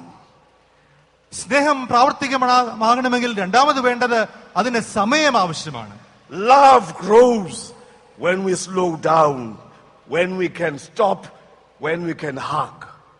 നമ്മുടെ ജീവിതത്തിന്റെ തിരക്കുകളൊക്കെ മാറ്റിവെച്ച് നമ്മുടെ ജീവിതത്തിന്റെ ആവേഗം അല്പം കുറയുമെങ്കിൽ, സാവധാനമാകുമെങ്കിൽ അവിടെ സ്നേഹം യഥാർത്ഥമായി തീരുവാൻ സാധിക്കും. Some of us are too busy to embrace, but love demands that we slow down and we shake people's hands. നമ്മുടെ ജീവിതത്തിൽ പലപ്പോഴും നാം വളരെ വേഗത്തിൽ, വളരെ തിടുക്കത്തിൽ മുൻപോട്ട് പോവുകയാണ്. പക്ഷേ ഈ സ്നേഹം നമ്മോട് ആവശ്യപ്പെടുന്നത് നമ്മുടെ ജീവിതത്തിന്റെ ആ തിടുക്കമൊക്കെ ഒന്ന് കുറച്ച് മറ്റുള്ളവരുമായി സമയം ചെലവഴിക്കുവാൻ, കരങ്ങളെ നൽകുവാൻ സാധിക്കുമോ എന്നുള്ളതാണ്. The other thing that we need for us to love is truth. We need to be true to ourselves and not pretend. സ്നേഹം ആവശ്യപ്പെടുന്ന മൂന്നാമത്തെ കാര്യം ഒരു പരമാർത്ഥ ഹൃദയമാണ്. നാം നമ്മോട് തന്നെ പരമാർത്ഥതയുള്ളവരായിരിക്കണം, സത്യസന്ധതയുള്ളവരായിരിക്കണം. You cannot give love if you don't love yourself. നാം നമ്മെ തന്നെ സ്നേഹിക്കുന്നില്ല എങ്കിൽ നമുക്കൊരിക്കലും മറ്റുള്ളവർക്ക് സ്നേഹം നൽകുവാൻ സാധ്യമാകുകയില്ല. The story about the father and his two sons was not new to Israel. Israel മക്കളെ സംബന്ധിച്ച് ഈ പിതാവിന്റെയും രണ്ട് മക്കളുടെയും കഥ ഒരിക്കലും പുതുതായിരുന്നില്ല. Do you remember the story in the book called Genesis? ഉൽപ്പത്തി പുസ്തകത്തിലെ ഒരു കഥ നിങ്ങൾക്കറിയാമല്ലോ. There was another father who had two sons. ഉൽപ്പത്തി പുസ്തകത്തിലും ഒരു പിതാവിന് രണ്ട് മക്കൾ. His name was Isaac and he had Esau and Jacob. ഇസഹാക്കിന് രണ്ട് പുത്രന്മാർ, ഏശാവും യാക്കോബും. So when Jesus told the story about the prodigal son, he was reminding the Jews about something they should have understood in the first place. ധൂർത്തപുത്രന്റെ കഥ പറയുമ്പോൾ കർത്താവ് യഹൂദന്മാരോട് പറയുകയാണ്, നിങ്ങൾ യഥാർത്ഥമായി ഓർമ്മിപ്പിക്കേണ്ട ഒരു കുടുംബത്തിന്റെ കാര്യം, ഒരു സ്നേഹത്തിന്റെ കാര്യം ഈ കഥയിൽ കൂടെ അവരെ ഓർമ്മിപ്പിക്കുകയാണ്. The story about Esau and Jacob is covered in many chapters, from chapter 25 to chapter 34 in the book of Genesis. ഉൽപ്പത്തി പുസ്തകം 25 മുതൽ 35 വരെയുള്ള അധ്യായങ്ങൾ പടർന്നു കിടക്കുന്ന കഥയാണ് ഏശാവിന്റെയും യാക്കോബിന്റെയും ജീവിതങ്ങൾ. Even there is a father, there is a big boy, there is a young boy. അവിടെ ഇതാ ഒരു പിതാവും ഒരു മൂത്ത പുത്രനും ഒരു ഇളയ പുത്രനും. The second boy ran away with the blessings of the big boy. മൂത്തപുത്രൻ ലഭിക്കേണ്ട എല്ലാ അനുഗ്രഹങ്ങളും തട്ടിയെടുത്തുകൊണ്ട് ഈ ഇളയ മകൻ അവിടെ നിന്ന് ദൂരേക്ക് ഓടിപ്പോവുകയാണ്. But you remember that after some time Jacob wanted to come home. കുറെ നാളുകൾക്ക് ശേഷം ഇതാ ഈ ഇളയ മകന് യാക്കോബിന് മടങ്ങി വരാൻ ഒരു ആഗ്രഹം. But finding the way home proved to be very difficult for എന്നാൽ him. ഭവനത്തിലേക്കുള്ള വഴി വളരെ ദുർഘടമാണെന്ന് അവന് തിരിച്ചറിയാൻ സാധിച്ചു. He was afraid of what he had done home. കഴിഞ്ഞ നാളുകളിൽ ഭവനത്തിൽ വെച്ച് അവൻ ചെയ്തത് എന്ത് എന്നുള്ളതിനെ പറ്റി ഓർത്ത് അവൻ ഭയപരവശനായി തീർന്നു. And the Bible says as he went towards home many things happened to him. അവൻ ഭവനത്തിലേക്കുള്ള വഴിയാത്രയിൽ പല പ്രശ്നങ്ങൾ അഭിമുഖീകരിക്കേണ്ടി വന്നു എന്ന് വേദപുസ്തകം പറയുന്നുണ്ട്. As he got closer home, he took his flock and the wife he did not like and put them in front. ഭവനത്തിന് അടുക്കിലേക്ക് വരുമ്പോൾ ഇതാ അവനുണ്ടായിരുന്ന സമ്പത്തിനെ, ആടുമാടുകളെയൊക്കെയും അവൻ അധികം സ്നേഹിക്കാത്ത ഭാര്യയും കുഞ്ഞുങ്ങളെയും ഒക്കെ അവൻ അവന്റെ കൂട്ടത്തിൽ നിന്ന് മാറ്റുകയാണ്. He thought something bad was going to happen because of what he had done before he left. അവൻ ആ ഭവനത്തിൽ നിന്ന് യാത്ര പുറപ്പെടുന്നതിന് മുമ്പേ ചെയ്ത ചില കാര്യങ്ങൾ ഇതാ അവനെ തിരികെ വന്ന് അവനെ നശിപ്പിക്കുവാൻ ശ്രമിക്കുന്നു എന്ന് അവന് ചിന്തയുണ്ടായി. But the beauty of the story is when Jacob meets his brother called Esau. എന്നാൽ ആ കഥയിലെ ഏറ്റവും മനോഹരമായ ഒരു മുഹൂർത്തം എന്ന് പറയുന്നത് മടങ്ങി വരുന്ന യാക്കോബ് മൂത്ത സഹോദരനായ ഏശാവുമായി കണ്ടുമുട്ടുന്ന ആ രംഗമാണ്. In the book called Genesis 33 verse 4 we have these words. ഉൽപ്പത്തി പുസ്തകം 33-ാം അധ്യായം 4-ാമത്തെ വാക്യത്തിൽ ഇപ്രകാരം രേഖപ്പെടുത്തിയിരിക്കുന്നു. Esau ran to meet Jacob. ഏശാവ് യാക്കോബിനെ കാണുവാൻ ഓടിച്ചെന്നു. He embraced him. അവനെ ആശ്ലേഷിച്ചു. He threw his arms around his neck. അവന്റെ കഴുത്തിന് ചുറ്റും കരങ്ങൾ കൊണ്ട് കെട്ടിപ്പിടിച്ച് അവനെ ആലിംഗനം ചെയ്തു. And he kissed him. അവൻ ഏശാവ് യാക്കോബിനെ ചുംബിച്ചു. Finding a way home looks difficult, but is easy. ഭവനത്തിലേക്കുള്ള വഴി വളരെ ദുർഘടമാണെന്ന് തോന്നിയേക്കാം സഹോദരങ്ങളെ, എന്നാൽ അതേറെ മനോഹരമാണ്. When Esau hugged his brother Jacob, Jacob said these words. ഏശാവ് യാക്കോബിനെ ആശ്ലേഷിച്ചപ്പോൾ യാക്കോബ് ഇപ്രകാരം പറയുകയാണ്: For me to see you, to see your face is like seeing the face of God. നിന്റെ മുഖം ഞാൻ കാണുന്നത് ദൈവത്തിന്റെ മുഖം കാണുന്നത് പോലെയാണ്. Seeing your face is like seeing the face of God. നിന്റെ മുഖം കാണുന്നത് ദൈവത്തിന്റെ തിരുമുഖം കാണുന്ന പോലെയാണ് എന്ന് യാക്കോബ് ഏശാവിനോട് പറയുന്നു. That is the missing challenge that is facing us, my brothers. ഇന്ന് എന്റെ സഹോദരങ്ങളെ, ഇന്ന് നമ്മെ അഭിമുഖീകരിക്കുന്ന ദൗത്യത്തിന്റെ വലിയ വെല്ലുവിളി എന്ന് പറയുന്ന ഇത് തന്നെയാണ്. How do we become good fathers? How do we relate to our sons? എങ്ങനെയാണ് നാം നല്ല പിതാക്കന്മാരായി തീരുന്നത്? നമ്മുടെ പുത്രന്മാരുമായി, നമ്മുടെ മക്കളുമായി നാം എങ്ങനെയാണ് നല്ല ബന്ധം സൂക്ഷിക്കുന്നത്? And here I'm talking about our sons in the flesh, but we have got sons in the spirit as well. നമ്മൾ മക്കൾ ശാരീരികമായി നമ്മുടെ കുടുംബത്തിലുള്ള മക്കൾ മാത്രമല്ല, എന്നാൽ നമ്മുടെ ആത്മീക മക്കളെ പറ്റിയുമാണ് ഞാൻ പറയുന്നത്. And the answer lies in the Gospel of St. John chapter 5. ഞാൻ യോഹന്നാന്റെ സുവിശേഷം 5-ാമത്തെ അധ്യായത്തിലേക്ക് വരട്ടെ. In verse 16 to 23 lies the key on how I can become a good father. യോഹന്നാന്റെ സുവിശേഷം 5-ാം അധ്യായം 16 മുതൽ 23 വരെയുള്ള വാക്യങ്ങൾ എങ്ങനെയാണോ യഥാർത്ഥ പിതാവായി തീരുന്നത് എന്ന് രേഖപ്പെടുത്തിയിരിക്കുന്നു. It also shows how a son can be to his father. എങ്ങനെയാണ് ഒരു മകൻ ഒരു പിതാവിനോട് എങ്ങനെ ഏത് തരത്തിലുള്ള ബന്ധമാണ് പുലർത്തേണ്ടതെന്നും അവിടെ രേഖപ്പെടുത്തിയിരിക്കുന്നു. Let me mention these few things and then close. ഞാൻ സമാപിപ്പിക്കുന്നതിന് മുമ്പായി ഇവിടെയുള്ള ഈ ഭാഗത്തെ ചില കാര്യങ്ങളും പറയട്ടെ. But the point I want to make is that the foundation of our spirituality is based on our understanding of who the Father was for Jesus. യേശുക്രിസ്തുവിന് പിതാവായ ദൈവം ആരായിരുന്നു, എങ്ങനെയായിരുന്നു എന്നുള്ള തിരിച്ചറിവാണ് നമ്മുടെ രക്ഷയ്ക്ക് നിദാനമായിരിക്കുന്നത് ഊന്നി പറയുവാൻ ഞാൻ താല്പര്യപ്പെടുന്നു. Jesus says, I work because my Father is working. യേശു പറയുകയാണ്, എന്റെ പിതാവ് എനിക്ക് ലഭിക്കുമെന്ന് എന്നോട് നേരത്തെ ആരും പറഞ്ഞിരുന്നില്ല. And nobody told me about the good choir that I'm going to experience during these days. ഈ ദിവസങ്ങളിൽ ഇത്ര മനോഹരമായ ഗായക സംഘത്തിന്റെ ഗാനങ്ങൾ കേൾക്കുവാൻ സാധിക്കുമെന്നതും ഞാൻ അറിഞ്ഞിരുന്നില്ല. Greetings to your grace, the Metropolitan and all the bishops present here. അഭിവന്യ മെത്രാപ്പോലിത്ത തിരുമേനിക്കും എല്ലാ തിരുമേനിമാർക്കും എന്റെ പ്രത്യേകമായ ആശംസകൾ, അഭിവാദനങ്ങൾ ഞാൻ ഈ സമയത്ത് അറിയിക്കട്ടെ. And greetings to all of you, my brothers and sons in the faith who are here. വിശ്വാസത്തിൽ എന്റെ സഹോദരങ്ങളും എന്റെ കുഞ്ഞുങ്ങളുമേ, നിങ്ങൾക്കും എന്റെ അഭിവാദനങ്ങൾ. This is my 5th day in this place.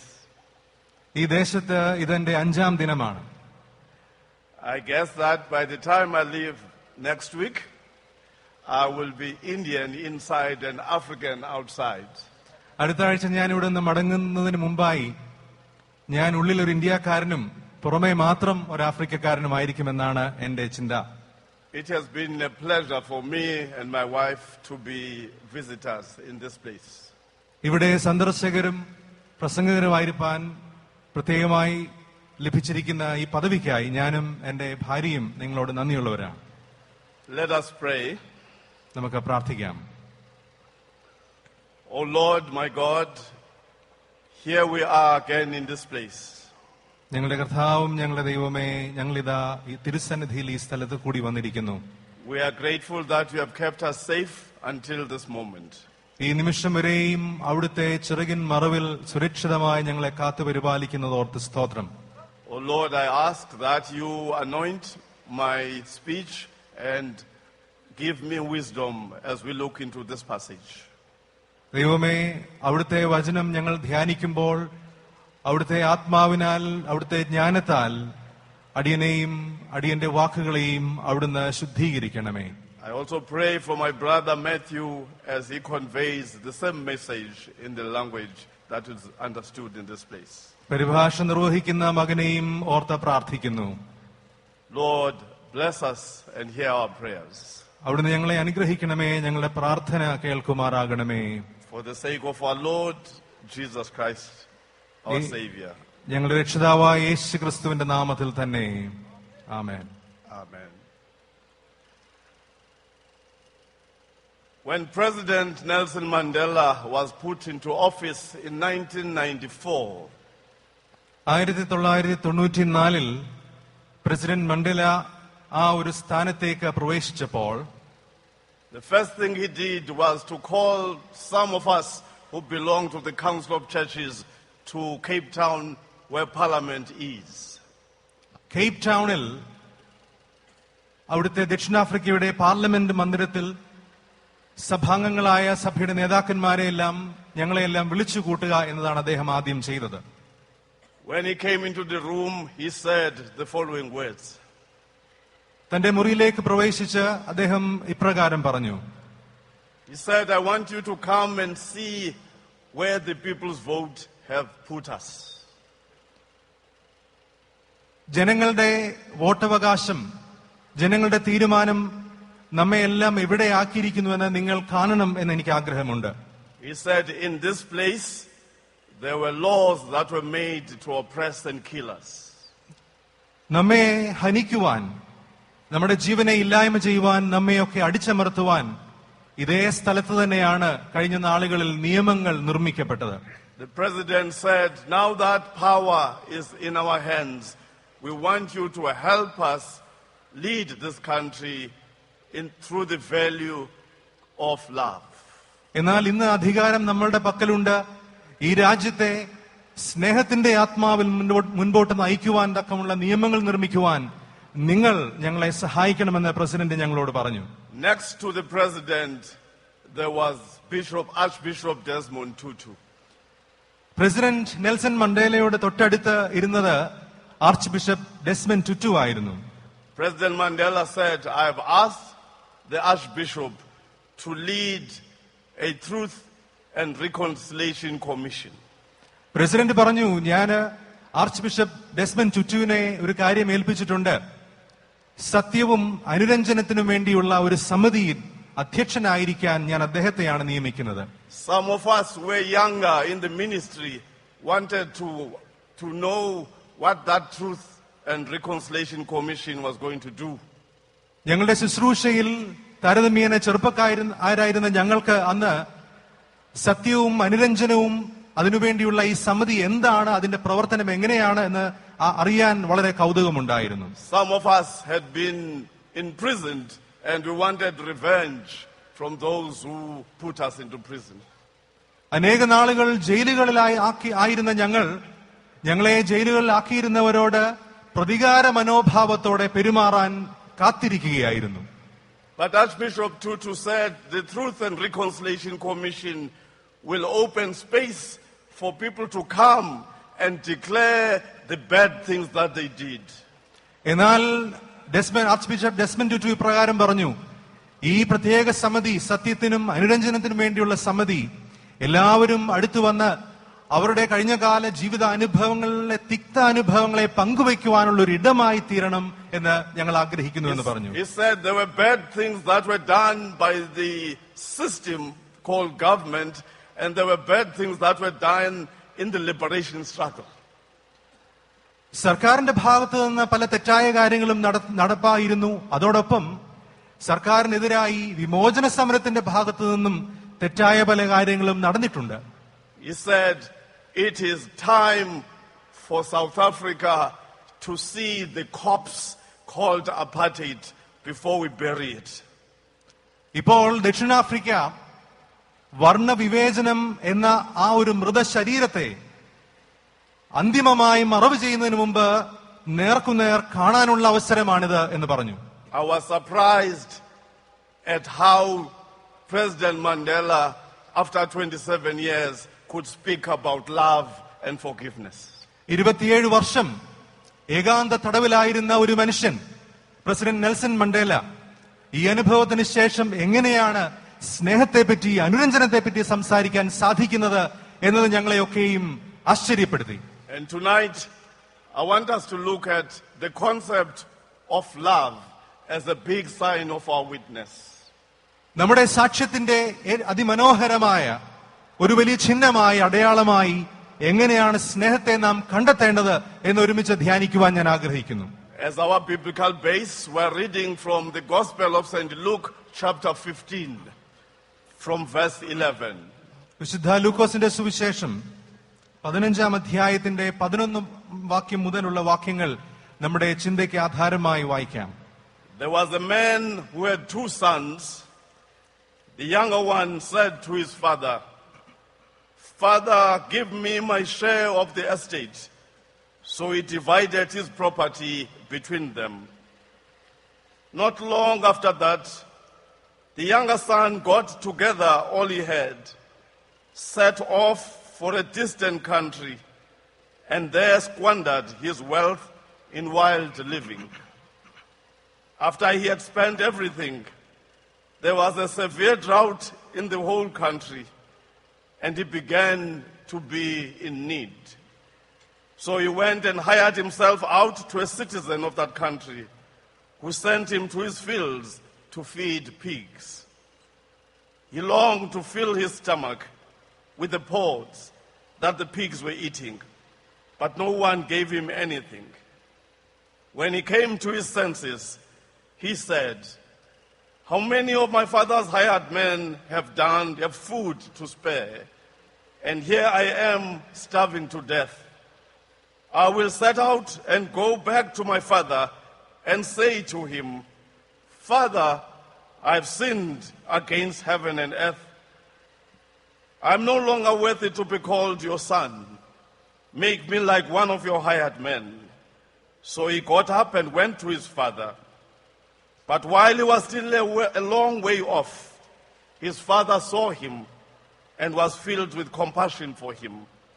He ran to his son, threw his arms around him and kissed him. The son said to him, 'Father, I have sinned against heaven and against you. I am no longer worthy to be called your son.' But the father said to his servants, 'Quick, bring the best robe and put it on him. Put a ring on his finger and sandals on his feet. Bring the fatted calf and kill it. Let's have a feast and celebrate.'" വിശുദ്ധ ലൂക്കോസിന്റെ സുവിശേഷം 15-ാം അധ്യായം 11 മുതൽ 22 വരെ. പിന്നെയും അവൻ പറഞ്ഞത്, "ഒരു മനുഷ്യന് 2 പുത്രന്മാർ ഉണ്ടായിരുന്നു. അവരിൽ ഇളയവൻ അപ്പനോട്, 'അപ്പാ, വസ്തുവിൽ എനിക്ക് വരേണ്ടുന്ന പങ്ക് തരണമേ' എന്ന് പറഞ്ഞു. അവൻ അവർക്ക് മുതൽ പകുത്തു കൊടുത്തു. ഏറെനാൾ കഴിയും മുൻപേ ഇളയ മകൻ സകലവും സ്വരൂപിച്ച് ദൂരദേശത്തേക്ക് യാത്രയായി അവിടെ ദുർനടപ്പുകാരനായി ജീവിച്ച് വസ്തു നാനാവിധമാക്കി കളഞ്ഞു. എല്ലാം ചെലവഴിച്ച ശേഷം ആ ദേശത്ത് കഠിന ക്ഷാമമുണ്ടായിട്ട് അവന് മുട്ടുവന്നു തുടങ്ങി. അവൻ ആ ദേശത്തിലെ പൗരന്മാരിൽ ഒരുത്തനെ ചെന്ന് ആശ്രയിച്ചു. അവനെ തന്റെ വയലിൽ പന്നികളെ മേയ്പ്പാൻ അയച്ചു. പന്നി തിന്നുന്ന വാളവര കൊണ്ട് വയറു നിറപ്പാൻ അവൻ ആഗ്രഹിച്ചുവെങ്കിലും ആരും അവന് കൊടുത്തില്ല. അപ്പോൾ സുബോധം വന്നിട്ട് അവൻ, "എന്റെ അപ്പന്റെ എത്ര കൂലിക്കാർ ഭക്ഷണം കഴിച്ച് ശേഷിപ്പിക്കുന്നു, ഞാനോ വിശപ്പ് കൊണ്ട് നശിച്ചു പോകുന്നു."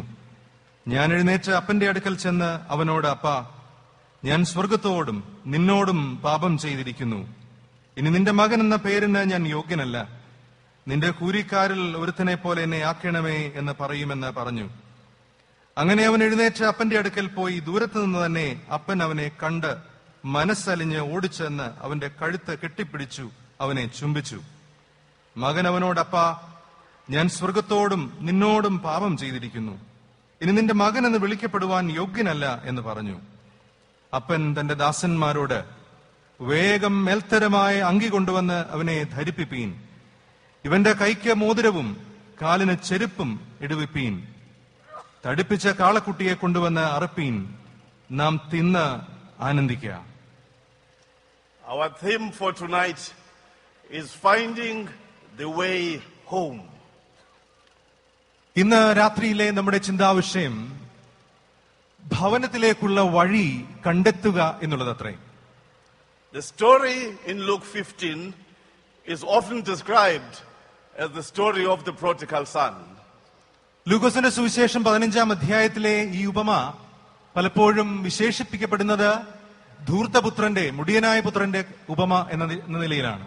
But when you look deep into the story, you soon realize that it is not the son who's the main actor, but a loving father. എന്നാൽ ഈ ഉപമയുടെ ആഴങ്ങളിലേക്ക് നാം ശ്രദ്ധിച്ചാൽ നമുക്ക് മനസ്സിലാകും, ഈ ഉപമയുടെ കഥാനായകൻ പുത്രനല്ല, എന്നാൽ സ്നേഹനിധിയായ പിതാവാണ്. In a remarkable way, you will see in the story the father revealed as one who is able to forgive and love again. വീണ്ടും ക്ഷമിക്കുവാനും സ്നേഹിക്കുവാനും കഴിവുള്ള ഒരു പിതാവായിട്ടാണ് സവിശേഷമായ നിലയിൽ ഈ ഉപമയിൽ ഈ പിതാവിനെ ചിത്രീകരിച്ചിരിക്കുന്നത്.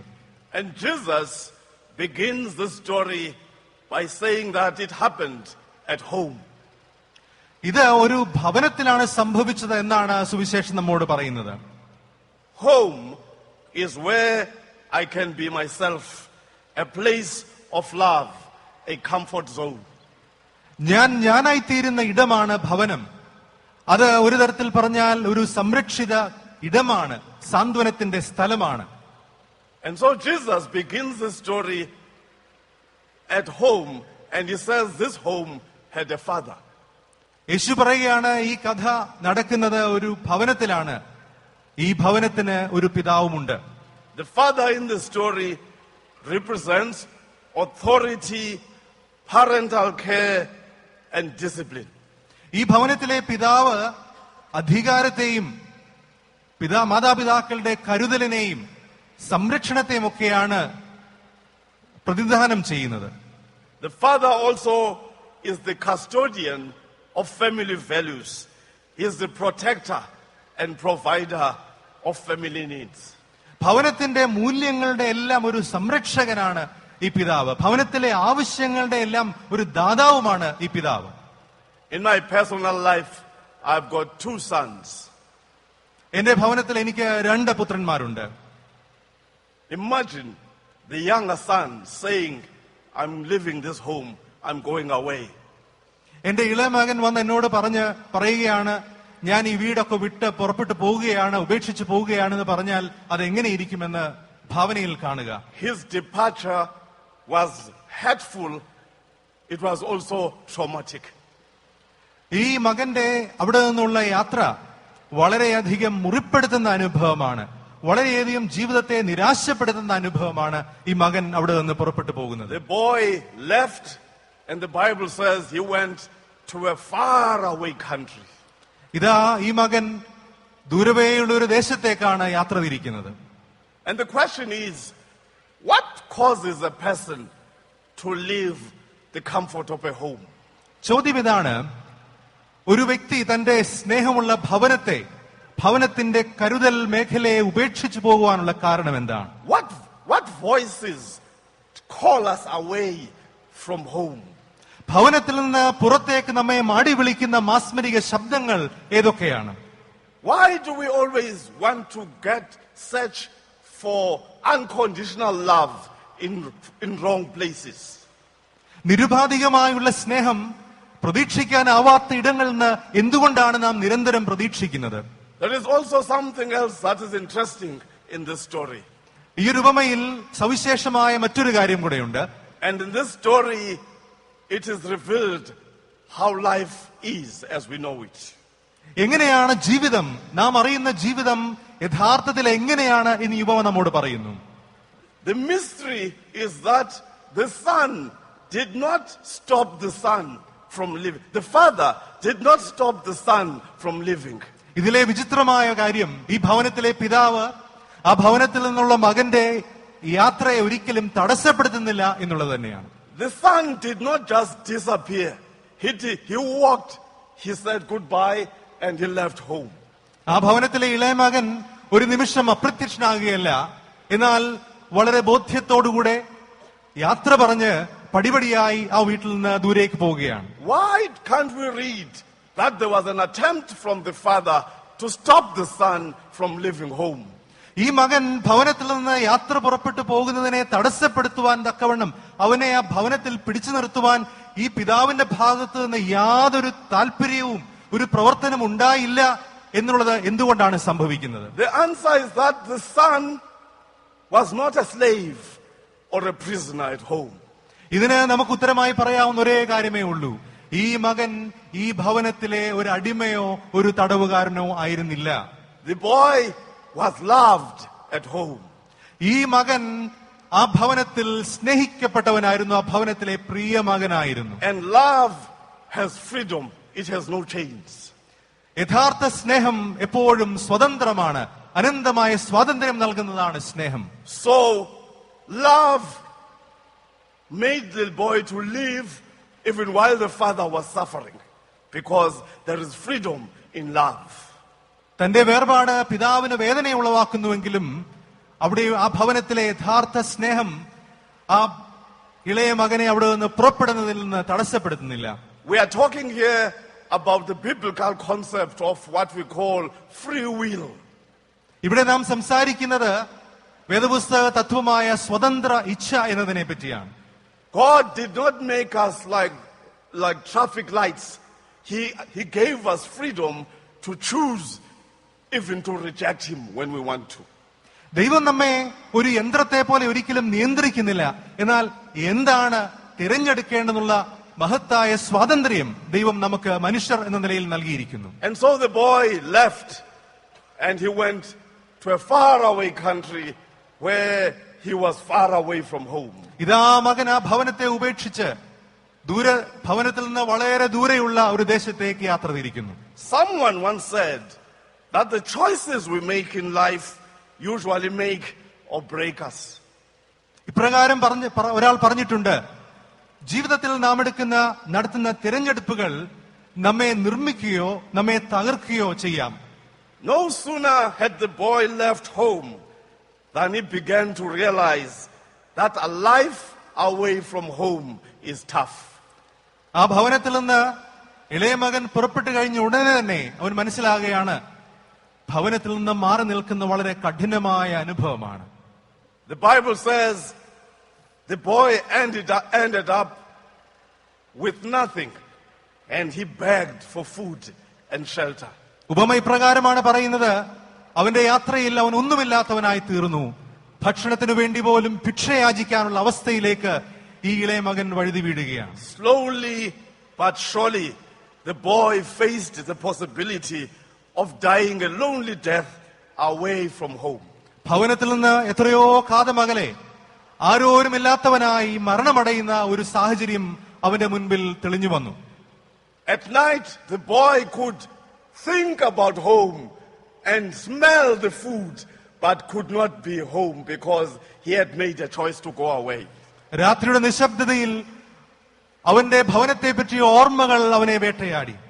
ഭക്ഷണത്തെ പറ്റി അവൻ ചിന്തിച്ചു, എന്നാൽ ആ ഭക്ഷണത്തിന്റെ രുചി അറിയാൻ സാധിക്കാതെ വളരെ ദൂരെയുള്ളൊരു ദേശത്ത് ഏകാന്തനായി അവൻ കിടക്കുകയാണ്. He thought about home, but he was afraid of going home, and so he became confused, lonely and frightened. അവൻ ഭവനത്തെ പറ്റി ചിന്തിച്ചുവെങ്കിലും ഭവനത്തിലേക്ക് മടങ്ങിപ്പോകുവാൻ സാധിക്കാതെ ആകെ ചിന്താക്കുഴപ്പത്തിൽ എന്താണ് ചെയ്യേണ്ടതെന്നറിയാതെ നിരാശനായി ദൂരെ ജീവിക്കുകയാണ്. And the longer he stayed far from home, the greater the possibility of dying there became. അവൻ എത്രമാത്രം ഭവനത്തിൽ നിന്ന് ദൂരെ താമസിച്ചുവോ അത്രമാത്രം മരണത്തിന്റെ അനുഭവം അവനിലേക്ക് അടുത്തു വന്നുകൊണ്ടേയിരുന്നു. But the good news in this story is that finally the boy came to his senses. എന്നാൽ ഈ കഥയിലെ ഏറ്റവും വലിയ സദ്വർത്തമാനം അവസാനം ഈ മകൻ തന്റെ സുബോധത്തിലേക്ക് തിരികെ വരുന്നു എന്നുള്ളത് തന്നെയാണ്. He gathered strength and he began to take the first steps towards home. അവൻ ശക്തി സംഭരിച്ച് ഭവനത്തിലേക്കുള്ള വഴിയുടെ ഒന്നാമത്തെ പടി ചവിട്ടുകയാണ്. He started another journey, but this time he was facing the right direction. അവനിതാ വീണ്ടും ഒരു പ്രയാണം ആരംഭിക്കുകയാണ്. എന്നാൽ ഇത്തവണ പ്രയാണം ശരിയായ ദിശയിൽ തന്നെയാണ്. He was still hungry. He was lonely, but he was facing home. അവൻ വിശപ്പോടെയാണ് ഇരുന്നത്. അവൻ ആരുമില്ലാതെ ഇരിക്കുകയാണ്, ഏകാന്തനാണ്. എങ്കിലും അവൻ ഭവനത്തിലേക്കാണ് നടന്നുകൊണ്ടിരിക്കുന്നത്. Many preachers have correctly observed that the hero in this story is the father and not the lost boy. ഈ കഥയിലെ യഥാർത്ഥ കഥാനായകൻ എന്ന് പറയുന്നത് ആ മകനല്ല, സ്നേഹനിധിയായ പിതാവാണ് എന്ന് പലരും അനുസ്മരിച്ചിട്ടുണ്ട്. Some have even suggested that it would have been far better if this were to be called the parable of the loving father. സ്നേഹനിധിയായ പിതാവിന്റെ ഉപമ എന്ന് ഈ ഉപമയ്ക്ക് തലക്കെട്ട് നൽകുന്നതാണ് നല്ലത് എന്ന് പലരും പറഞ്ഞിട്ടുണ്ട്. It is touching when it is reported that the father saw the boy while he was still far away. ഇതാ ഇവിടെ എഴുതിയിരിക്കുകയാണ്, ആ മകൻ ദൂരത്തായിരിക്കുമ്പോൾ തന്നെ ഈ പിതാവ് അവനെ കണ്ടുവെന്ന്. അത് എത്രമാത്രം ഹൃദയസ്പൃക്കാണ്. The father was ready to embrace the boy and whisper in his ear and say, "You are my beloved son." മകനെ, നീ എന്റെ പ്രിയപുത്രൻ എന്ന് അവന്റെ ചെവിയിൽ ഒന്ന് പറയുവാൻ, ഒന്ന് മന്ത്രിക്കുവാൻ തക്കവണ്ണം അവനെ ഒന്ന് ചേർത്ത് പിടിക്കുവാൻ കാംക്ഷിച്ചിരിക്കുന്ന പിതാവിനെയാണ് നാം ഈ ഉപമയിൽ കാണുന്നത്. The son was still confused and rehearsing what he was going to say to show his father that he was sorry. അവന്റെ യാത്രയിൽ അവൻ ചിന്തിച്ചുകൊണ്ടേയിരിക്കുകയാണ്, എന്താണ് ഞാൻ ഈ പിതാവിനെ കാണുമ്പോൾ പറയേണ്ടത്, എന്തൊക്കെയാണ് ഞാൻ ക്ഷമയാചിക്കേണ്ടത്. His preparation was wrong because it was not based on the concept of a loving father at home. സ്നേഹനിധിയായ പിതാവിന്റെ അനുഭവത്തിൽ അടിസ്ഥാനപ്പെടാത്തതിനാൽ ഒരു തരത്തിൽ പറഞ്ഞാൽ അവന്റെ ചിന്തകളൊക്കെ വളരെ തെറ്റാണ്. The boy asked for forgiveness, unaware that the loving father had forgiven him even before he asked for forgiveness. തന്നെ സ്നേഹിക്കുന്ന പിതാവ് എത്രയോ മുൻപ് തന്നെ തന്നോടെല്ലാം ക്ഷമിച്ചിരിക്കുന്നു എന്ന് തിരിച്ചറിയാതെയാണ് ഇവൻ തന്റെ പിതാവിനോട് ക്ഷമ ചോദിക്കാൻ വേണ്ടി വരുന്നത്. So the father stopped the boy from talking and said, "Bring the best robe and make him warm again." ഈ മകൻ ഒന്നും സംസാരിക്കാൻ അനുവദിക്കാതെ ഈ പിതാവ് പറയുകയാണ്, വേഗം മേൽത്തരമായ അങ്കി കൊണ്ടുവന്ന് ഇവനെ ധരിപ്പിപ്പീൻ. The giving of the robe by the father signifies restoration of dignity and warmth to the boy. നഷ്ടപ്പെട്ട മാന്യതയുടെയും അഭിമാനത്തിന്റെയും ഒക്കെ ഒരു തിരികെ നൽകലാണ് ഈ മേൽത്തരമായ അങ്കി നൽകുന്നതിൽ കൂടെ ഇവിടെ ഉദ്ദേശിക്കുന്നത്. The father also gave this boy a ring, a symbol of blessing. അനുഗ്രഹത്തിന്റെ അടയാളമായ ഒരു മോതിരം ഈ മകന് പിതാവ് നൽകുന്നു. The order to put shoes in his feet was to offer him security. അവന് ചെരുപ്പുകൾ നൽകുന്നത് അവന്റെ ജീവിതത്തിന് പിതാവ് നൽകുന്ന സംരക്ഷണമാണ്. But Jesus finishes the story of the prodigal son by contrasting the attitude of a loving father with that of an unforgiving big boy. എന്നാൽ കർത്താവ് ഈ ഉപമ അവസാനിപ്പിക്കുന്നത് സ്നേഹനിധിയായ പിതാവിന്റെ സ്വഭാവത്തെയും ഒരിക്കലും ക്ഷമിക്കുവാൻ തയ്യാറല്ലാത്ത ഒരു മൂത്തപുത്രന്റെ ജീവിതത്തെയും തമ്മിലുള്ള ഒരു അന്തരത്തിലാണ്, ഒരു താരതമ്യത്തിലാണ്. The big brother argued that he was quite responsible and he was homebound all his life. മൂത്ത സഹോദരൻ പറയുകയാണ്, ഞാൻ എല്ലായ്പ്പോഴും വളരെ വിശ്വസ്തതയുള്ളവനായിരുന്നു, ജീവിതം മുഴുവൻ ഞാൻ ഈ കുടുംബത്തിൽ തന്നെയാണ് ചെലവഴിച്ചത്, കുടുംബത്തിനു വേണ്ടിയാണ് ചെലവഴിച്ചത്. He was quick to find faults and he would have loved to see the boy punished than to be forgiven.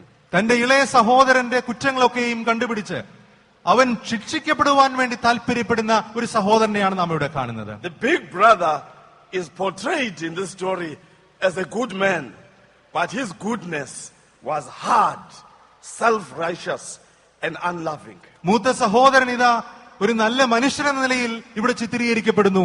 എന്നാൽ ഈ മൂത്ത സഹോദരന്റെ നന്മ എന്ന് പറയുന്നത് കഠിനമായ നന്മയാണ്, സ്വയനീതീകരണത്തിന്റെ നന്മയാണ്, ഒരിക്കലും ക്ഷമിക്കുവാൻ തയ്യാറല്ലാത്ത രീതിയിലുള്ള നന്മയാണ്. The loving father pleaded with the big boy to walk inside the house and join the party.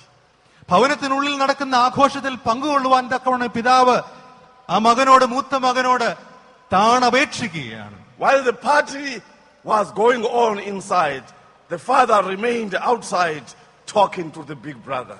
ഭവനത്തിനുള്ളിൽ ആഘോഷങ്ങൾ പൊടിപൊടിക്കുമ്പോൾ ഇതാ ഭവനത്തിന് പുറത്ത് മൂത്ത മകനുമായുള്ള ഒരു സംവാദത്തിൽ ഏർപ്പെട്ട് നിൽക്കുകയാണ് ആ ഭവനത്തിലെ പിതാവ്. The big brother was at home, but he had no love. ആ മൂത്ത സഹോദരൻ ഭവനത്തിൽ തന്നെ ആയിരുന്നു, എന്നാൽ അവന്റെ ഹൃദയത്തിൽ ഒരിക്കലും സ്നേഹമുണ്ടായിരുന്നില്ല. He was a brother, but he lacked the one important aspect of being a brother, love. അവനൊരു സഹോദരനായിരുന്നു. എന്നാൽ ഒരു സഹോദരത്വത്തിന്റെ ഏറ്റവും പ്രധാനമായ ഘടകമായ സ്നേഹം മാത്രം അവന് ലഭ്യമായിരുന്നില്ല. In one of our big hospitals in South Africa, ദക്ഷിണാഫ്രിക്കയിലുള്ള ഒരു വലിയ ആശുപത്രിയിൽ a teenage boy kept on running away from hospital before he was healed. അവിടെ രോഗസൗഖ്യത്തിനായി പ്രവേശിക്കപ്പെട്ടിരുന്ന ഒരു കൗമാര പ്രായക്കാരനായ കുട്ടി അവന് സൗഖ്യം വരുന്നതിന് മുമ്പ് എല്ലായ്പ്പോഴും പല പ്രാവശ്യം ആശുപത്രിയിൽ നിന്ന് ഓടിപ്പോവുകയുണ്ടായി. Many times the boy tried to escape and he was always found next to the hospital gates. പലപ്പോഴും ആശുപത്രിയിൽ നിന്ന് രക്ഷപ്പെടുവാനുള്ള താല്പര്യത്തിൽ അവിടെ നിന്ന് അവൻ യാത്ര ചെയ്ത് ആ ഹോസ്പിറ്റലിന്റെ പ്രധാന കവാടത്തിനടുത്ത് വെച്ച് പലപ്പോഴും അവനെ അവർ കണ്ടെത്തിയിട്ടുണ്ട്. The hospital is in a big city and it is modern with well equipped and it has quality stuff. ഒരു വലിയ നഗരത്തിൽ അത്യന്താധുനിക സൗകര്യങ്ങളുള്ള സുസജ്ജമായ ഒരു ആശുപത്രിയായിരുന്നു അത്. But the boy kept on running away from this hospital before he was healed. എന്നാൽ അവന് സൗഖ്യം ലഭിക്കുന്നതിന് മുമ്പേ എല്ലായ്പ്പോഴും ഈ കുട്ടി അവിടെ നിന്ന് ഓടിപ്പോകുവാൻ ശ്രമിച്ചുകൊണ്ടേയിരുന്നു. One day a nursing sister took the boy aside. ഒരു ദിവസം അവിടെ ഉണ്ടായിരുന്ന ഒരു സിസ്റ്റർ ഈ കൗമാരപ്രായക്കാരനായ കുട്ടിയെ അരികെ വിളിച്ചു. And he asked him, why are you running away from the hospital before you are healed? നിനക്ക് രോഗം സുഖമാകുന്നതിന് മുമ്പ് എന്തുകൊണ്ടാണ് എല്ലായ്പ്പോഴും ഇവിടെ നിന്ന് ഓടിപ്പോകുന്നതെന്ന് അവനോട് ചോദിച്ചു. The boy answered the sister and said, ആ കുട്ടി ഇപ്രകാരം സിസ്റ്ററിനോട് മറുപടി പറഞ്ഞു, how can I be healed in this place when nobody touches me? എന്നെ ആരും ഒന്ന് തൊടാൻ പോലും താല്പര്യപ്പെടാത്ത ഈ സ്ഥലത്ത് എങ്ങനെയാണ് എന്റെ രോഗം സുഖപ്പെടുന്നത്? I want to go home, he said. I want to be with my grandmother because she always hugs me when I'm hurting. എനിക്ക് എന്റെ വീട്ടിൽ പോകണം, എന്റെ വല്യമ്മച്ചിയുടെ കൂടെ ഇരിക്കണം. കാരണം എനിക്ക് എപ്പോൾ വേദനയുണ്ടായാലും എന്റെ വല്യമ്മച്ചി എന്നെ ചേർത്ത് പിടിച്ച് എന്നെ ആശ്വസിപ്പിക്കും. So there were good doctors, there was good medicine, but nobody was touching this young man. അവിടെ പ്രഗത്ഭരായ ഡോക്ടർമാരുണ്ടായിരുന്നു, എല്ലാ സൗകര്യങ്ങളും ചികിത്സാ സൗകര്യങ്ങളും ഉണ്ടായിരുന്നു. എന്നാൽ ആരും ഈ കുട്ടിയെ ഒന്ന് സ്പർശിക്കുവാൻ മുതിർന്നില്ല. The moral point behind this story is that without love, there can never be healing and transformation. ഈ കഥ നമ്മോട് പറയുന്നത് സ്നേഹമില്ലാത്തയിടത്ത് ഒരിക്കലും സൗഖ്യവും രൂപാന്തരവും സംഭവിക്കുകയില്ല എന്നുള്ളത് തന്നെയാണ്. The Oxford Dictionary describes love as warm affection, attachment, fondness. സ്നേഹത്തിന് ഡിക്ഷണറി നൽകുന്ന പല അർത്ഥങ്ങൾ മമത, പറ്റുമാനം, അടുപ്പം, ഊഷ്മളത ഇതൊക്കെയാണ്. Rick Warren in his book sums up the concept of love when he says life minus love equals 0. Rick Warren, പ്രശസ്ത എഴുത്തുകാരനായ Rick Warren സ്നേഹത്തിന് നൽകുന്ന നിർവചനം ഇപ്രകാരമാണ്: ജീവിതത്തിൽ നിന്ന് സ്നേഹം കുറവ് ചെയ്തു കഴിഞ്ഞാൽ ആ ജീവിതം വട്ടപൂജ്യമാണ്. As we seek to be witnesses, let us remember the words of Jesus before he died. യേശുക്രിസ്തു ക്രൂശിതനാകുന്നതിന് മുൻപേ പറഞ്ഞ വാക്കുകൾ നാം ശ്രദ്ധിക്കുക. Of all the many things that he said, one of the last few ones was this. കർത്താവ് ക്രൂശിതനാകുന്നതിന് മുമ്പേ പറഞ്ഞ അവസാന വാക്കുകൾ ഇവയൊക്കെയാണ്. He said, a new commandment I give unto you, that you should love one another. കർത്താവ് പറഞ്ഞു, ഞാൻ നിങ്ങൾക്ക് പുതിയൊരു കൽപ്പന നൽകുന്നു, നിങ്ങൾ അന്യോന്യം സ്നേഹിക്കണം എന്നത് തന്നെ.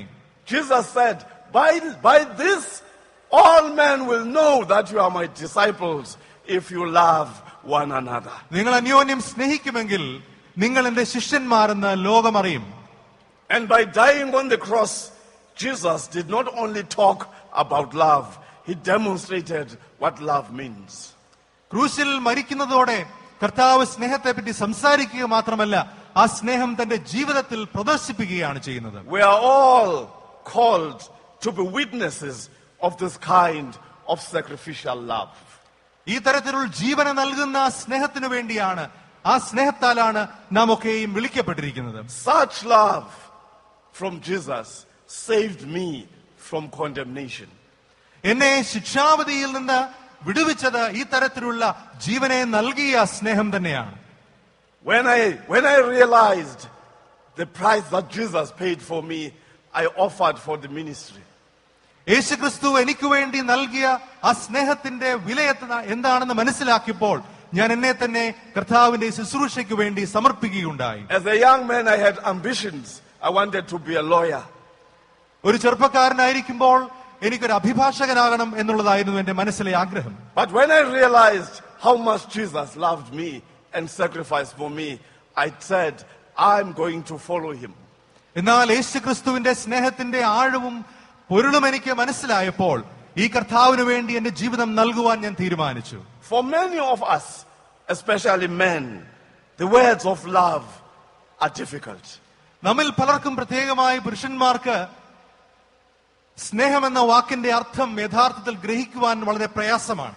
The reason is that love makes us feel vulnerable and it leaves us exposed. എന്തുകൊണ്ടെന്നാൽ ഈ സ്നേഹത്തിന്റെ യഥാർത്ഥ അർത്ഥം ഗ്രഹിക്കുവാൻ നമുക്ക് സാധിക്കാതെ ഇരിക്കുന്നത് ഈ സ്നേഹം നമ്മുടെ ജീവിതത്തിന്റെ എല്ലാ തരത്തിലുള്ള പ്രതിരോധത്തെയൊക്കെ മാറ്റി നമ്മെ മറ്റുള്ളവർക്ക് മുൻപിൽ പൂർണ്ണമായും നമ്മുടെ ജീവിതത്തെ തുറന്നു കാട്ടുന്ന അനുഭവത്തിലേക്ക് നയിക്കും എന്നുള്ളത് തന്നെയാണ്. We all want to love and embrace, but as men we find it difficult even to say I love you. നമുക്കെല്ലാവരെയും സ്നേഹിക്കുവാനും ചേർത്ത് നിർത്തുവാനും താല്പര്യമാണ്. എന്നാൽ മറ്റുള്ളവരെ സ്നേഹിക്കുവാനുള്ള താല്പര്യത്തെ പ്രകടിപ്പിക്കുവാൻ നമുക്ക് അതിനുള്ള ധൈര്യമില്ല. Love makes us open. It opens us up. It makes us feel vulnerable. നമ്മുടെ ജീവിതത്തിന്റെ എല്ലാ പ്രതിരോധങ്ങളെയും മാറ്റി നമ്മുടെ ജീവിതത്തിന്റെ ആളത്വങ്ങളെ യഥാർത്ഥമായി തുറക്കുക എന്നതാണ് യഥാർത്ഥ സ്നേഹം. In one of the countries in Africa called Uganda, there was a president called Idi Amin. African രാജ്യമായ ഉഗാണ്ടയിൽ ഇദി അമീൻ എന്നൊരു ഭരണാധികാരി ഉണ്ടായിരുന്നു. Now Idi Amin was a cruel dictator who killed lots of people. അനേകായിരങ്ങളെ വധിച്ച ക്രൂരനായ ഒരു സ്വേച്ഛാധിപതിയായിരുന്നു ഇദി അമീൻ. In the capital city of Uganda, there was a bishop called Festo Kivengere. ഫെസ്റ്റോ കിവെങ്കറെ എന്ന പേരുള്ള ഒരു ബിഷപ്പ് ആ ഉഗാണ്ടയുടെ തലസ്ഥാന നഗരിയിൽ ശുശ്രൂഷ ചെയ്തിരുന്നു. President Amin believed in using the gun, but Bishop Kivengere believed in love.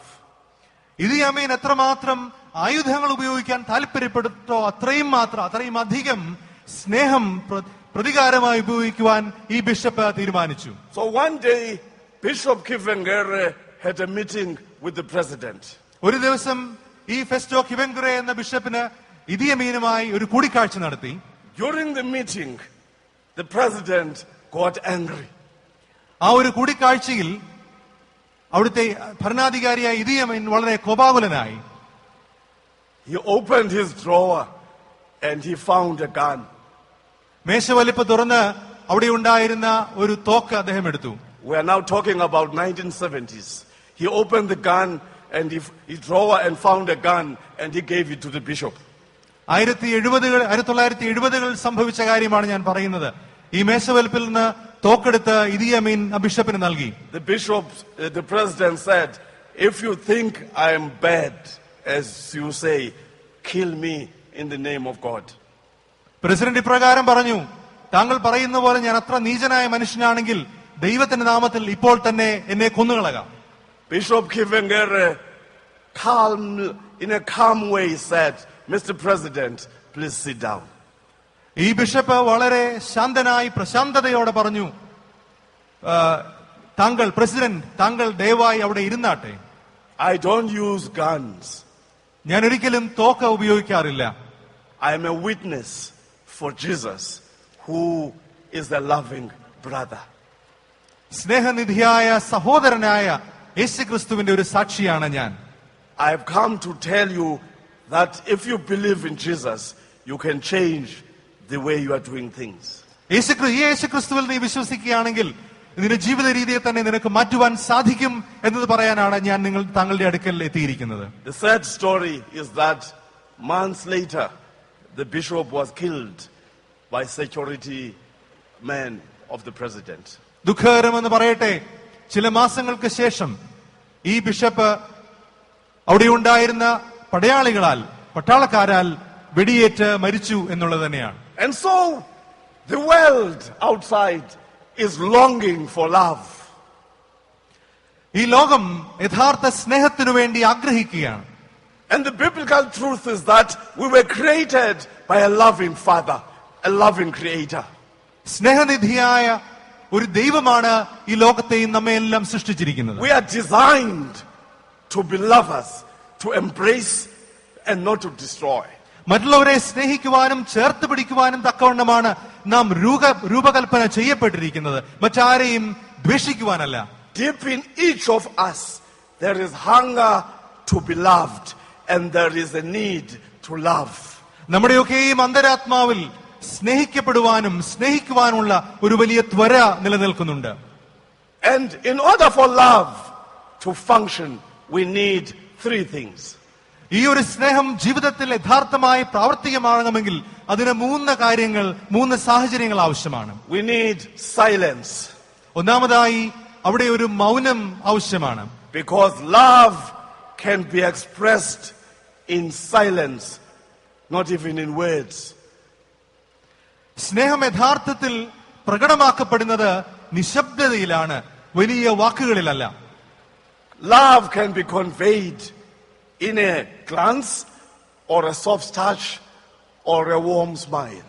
യഥാർത്ഥ സ്നേഹം ചിലപ്പോൾ ഒരു സ്പർശനം കൊണ്ടായിരിക്കാം, അല്ലെങ്കിൽ ഒരു കടാക്ഷം കൊണ്ടായിരിക്കാം, അല്ലെങ്കിൽ ഒരു ചെറിയ വാക്കുകൊണ്ടല്ല ഒരു സ്പർശനം കൊണ്ടോ കടാക്ഷം കൊണ്ടോ ഒക്കെ ആയിരിക്കാം നിശബ്ദതയിൽ യഥാർത്ഥ സ്നേഹം പകരപ്പെടുന്നത്. In my experience of walking up and down coming to this place here, I have seen many people smiling and waving and I felt loved. ഈ കൺവെൻഷൻ പന്തലിലേക്ക് ഞാൻ വരുമ്പോൾ അനേകർ എന്നെ നോക്കി മന്ദഹസിക്കാറുണ്ട്. അവരുടെ ചിരി കാണുമ്പോൾ ഞാൻ എത്രയോ കൃതാർത്ഥനാണ്, ഞാൻ എത്രയോ അനുഗ്രഹീതനാണ്. The other thing that is needed for love to function is time. സ്നേഹം പ്രാവർത്തികമാകണമെങ്കിൽ രണ്ടാമത് വേണ്ടത് അതിന് സമയം ആവശ്യമാണ്. Love grows when we slow down, when we can stop, when we can hug. നമ്മുടെ ജീവിതത്തിന്റെ തിരക്കുകളൊക്കെ മാറ്റിവെച്ച് നമ്മുടെ ജീവിതത്തിന്റെ ആവേഗം അല്പം കുറയുമെങ്കിൽ, സാവധാനമാകുമെങ്കിൽ അവിടെ സ്നേഹം യഥാർത്ഥമായി തീരുവാൻ സാധിക്കും. Some of us are too busy to embrace, but love demands that we slow down and we shake people's hands. നമ്മുടെ ജീവിതത്തിൽ പലപ്പോഴും നാം വളരെ വേഗത്തിൽ, വളരെ തിടുക്കത്തിൽ മുൻപോട്ട് പോവുകയാണ്. പക്ഷേ ഈ സ്നേഹം നമ്മോട് ആവശ്യപ്പെടുന്നത് നമ്മുടെ ജീവിതത്തിന്റെ ആ തിടുക്കമൊക്കെ ഒന്ന് കുറച്ച് മറ്റുള്ളവരുമായി സമയം ചെലവഴിക്കുവാൻ, കരങ്ങളെ നൽകുവാൻ സാധിക്കുമോ എന്നുള്ളതാണ്. The other thing that we need for us to love is truth. We need to be true to ourselves and not pretend. സ്നേഹം ആവശ്യപ്പെടുന്ന മൂന്നാമത്തെ കാര്യം ഒരു പരമാർത്ഥ ഹൃദയമാണ്. നാം നമ്മോട് തന്നെ പരമാർത്ഥതയുള്ളവരായിരിക്കണം, സത്യസന്ധതയുള്ളവരായിരിക്കണം. You cannot give love if you don't love yourself. നാം നമ്മെ തന്നെ സ്നേഹിക്കുന്നില്ല എങ്കിൽ നമുക്കൊരിക്കലും മറ്റുള്ളവർക്ക് സ്നേഹം നൽകുവാൻ സാധ്യമാകുകയില്ല. The story about the father and his two sons was not new to Israel. Israel മക്കളെ സംബന്ധിച്ച് ഈ പിതാവിന്റെയും രണ്ട് മക്കളുടെയും കഥ ഒരിക്കലും പുതുതായിരുന്നില്ല. Do you remember the story in the book called Genesis? ഉൽപ്പത്തി പുസ്തകത്തിലെ ഒരു കഥ നിങ്ങൾക്കറിയാമല്ലോ. There was another father who had two sons. ഉൽപ്പത്തി പുസ്തകത്തിലും ഒരു പിതാവിന് രണ്ട് മക്കൾ. His name was Isaac and he had Esau and Jacob. ഇസഹാക്കിന് രണ്ട് പുത്രന്മാർ, ഏശാവും യാക്കോബും. So when Jesus told the story about the prodigal son, he was reminding the Jews about something they should have understood in the first place.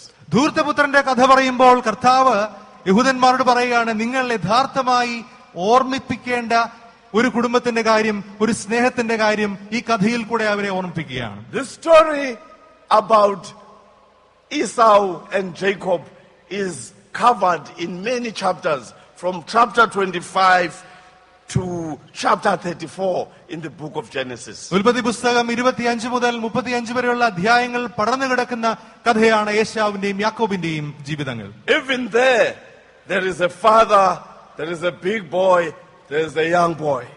അവിടെ ഇതാ ഒരു പിതാവും ഒരു മൂത്ത പുത്രനും ഒരു ഇളയ പുത്രനും. The second boy ran away with the blessings of the big boy. മൂത്തപുത്രൻ ലഭിക്കേണ്ട എല്ലാ അനുഗ്രഹങ്ങളും തട്ടിയെടുത്തുകൊണ്ട് ഈ ഇളയ മകൻ അവിടെ നിന്ന് ദൂരേക്ക് ഓടിപ്പോവുകയാണ്. But you remember that after some time, Jacob wanted to come home. കുറെ നാളുകൾക്ക് ശേഷം ഇതാ ഈ ഇളയ മകന് യാക്കോബിന് മടങ്ങി വരാൻ ഒരു ആഗ്രഹം. But finding the way home proved to be very difficult for എന്നാൽ him. ഭവനത്തിലേക്കുള്ള വഴി വളരെ ദുർഘടമാണെന്ന് അവന് തിരിച്ചറിയാൻ സാധിച്ചു. He was afraid of what he had done home. കഴിഞ്ഞ നാളുകളിൽ ഭവനത്തിൽ വെച്ച് അവൻ ചെയ്തത് എന്ത് എന്നുള്ളതിനെ പറ്റി ഓർത്ത് അവൻ ഭയപരവശനായി തീർന്നു. And the Bible says, as he went towards home, many things happened to him. അവൻ ഭവനത്തിലേക്കുള്ള വഴിയാത്രയിൽ പല പ്രശ്നങ്ങൾ അഭിമുഖീകരിക്കേണ്ടി വന്നു എന്ന് വേദപുസ്തകം പറയുന്നുണ്ട്. As he got closer home, he took his flock and the wife he did not like and put them in front. ഭവനത്തിനടുക്കിലേക്ക് വരുമ്പോൾ ഇതാ അവനുണ്ടായിരുന്ന സമ്പത്തിനെ, ആടുമാടുകളെയൊക്കെയും അവൻ അധികം സ്നേഹിക്കാത്ത ഭാര്യയും കുഞ്ഞുങ്ങളെയും ഒക്കെ അവൻ അവന്റെ കൂട്ടത്തിൽ നിന്ന് മാറ്റുകയാണ്. He thought something bad was going to happen because of what he had done before he left. അവൻ ആ ഭവനത്തിൽ നിന്ന് യാത്ര പുറപ്പെടുന്നതിന് മുമ്പേ ചെയ്ത ചില കാര്യങ്ങൾ ഇതാ അവനെ തിരികെ വന്ന് അവനെ നശിപ്പിക്കുവാൻ ശ്രമിക്കുന്നു എന്ന് അവന് ചിന്തയുണ്ടായി. But the beauty of the story is when Jacob meets his brother called Esau. എന്നാൽ ആ കഥയിലെ ഏറ്റവും മനോഹരമായ ഒരു മുഹൂർത്തം എന്ന് പറയുന്നത് മടങ്ങി വരുന്ന യാക്കോബ് മൂത്ത സഹോദരനായ ഏശാവുമായി കണ്ടുമുട്ടുന്ന ആ രംഗമാണ്. In the book called Genesis 33 verse 4 we have these words.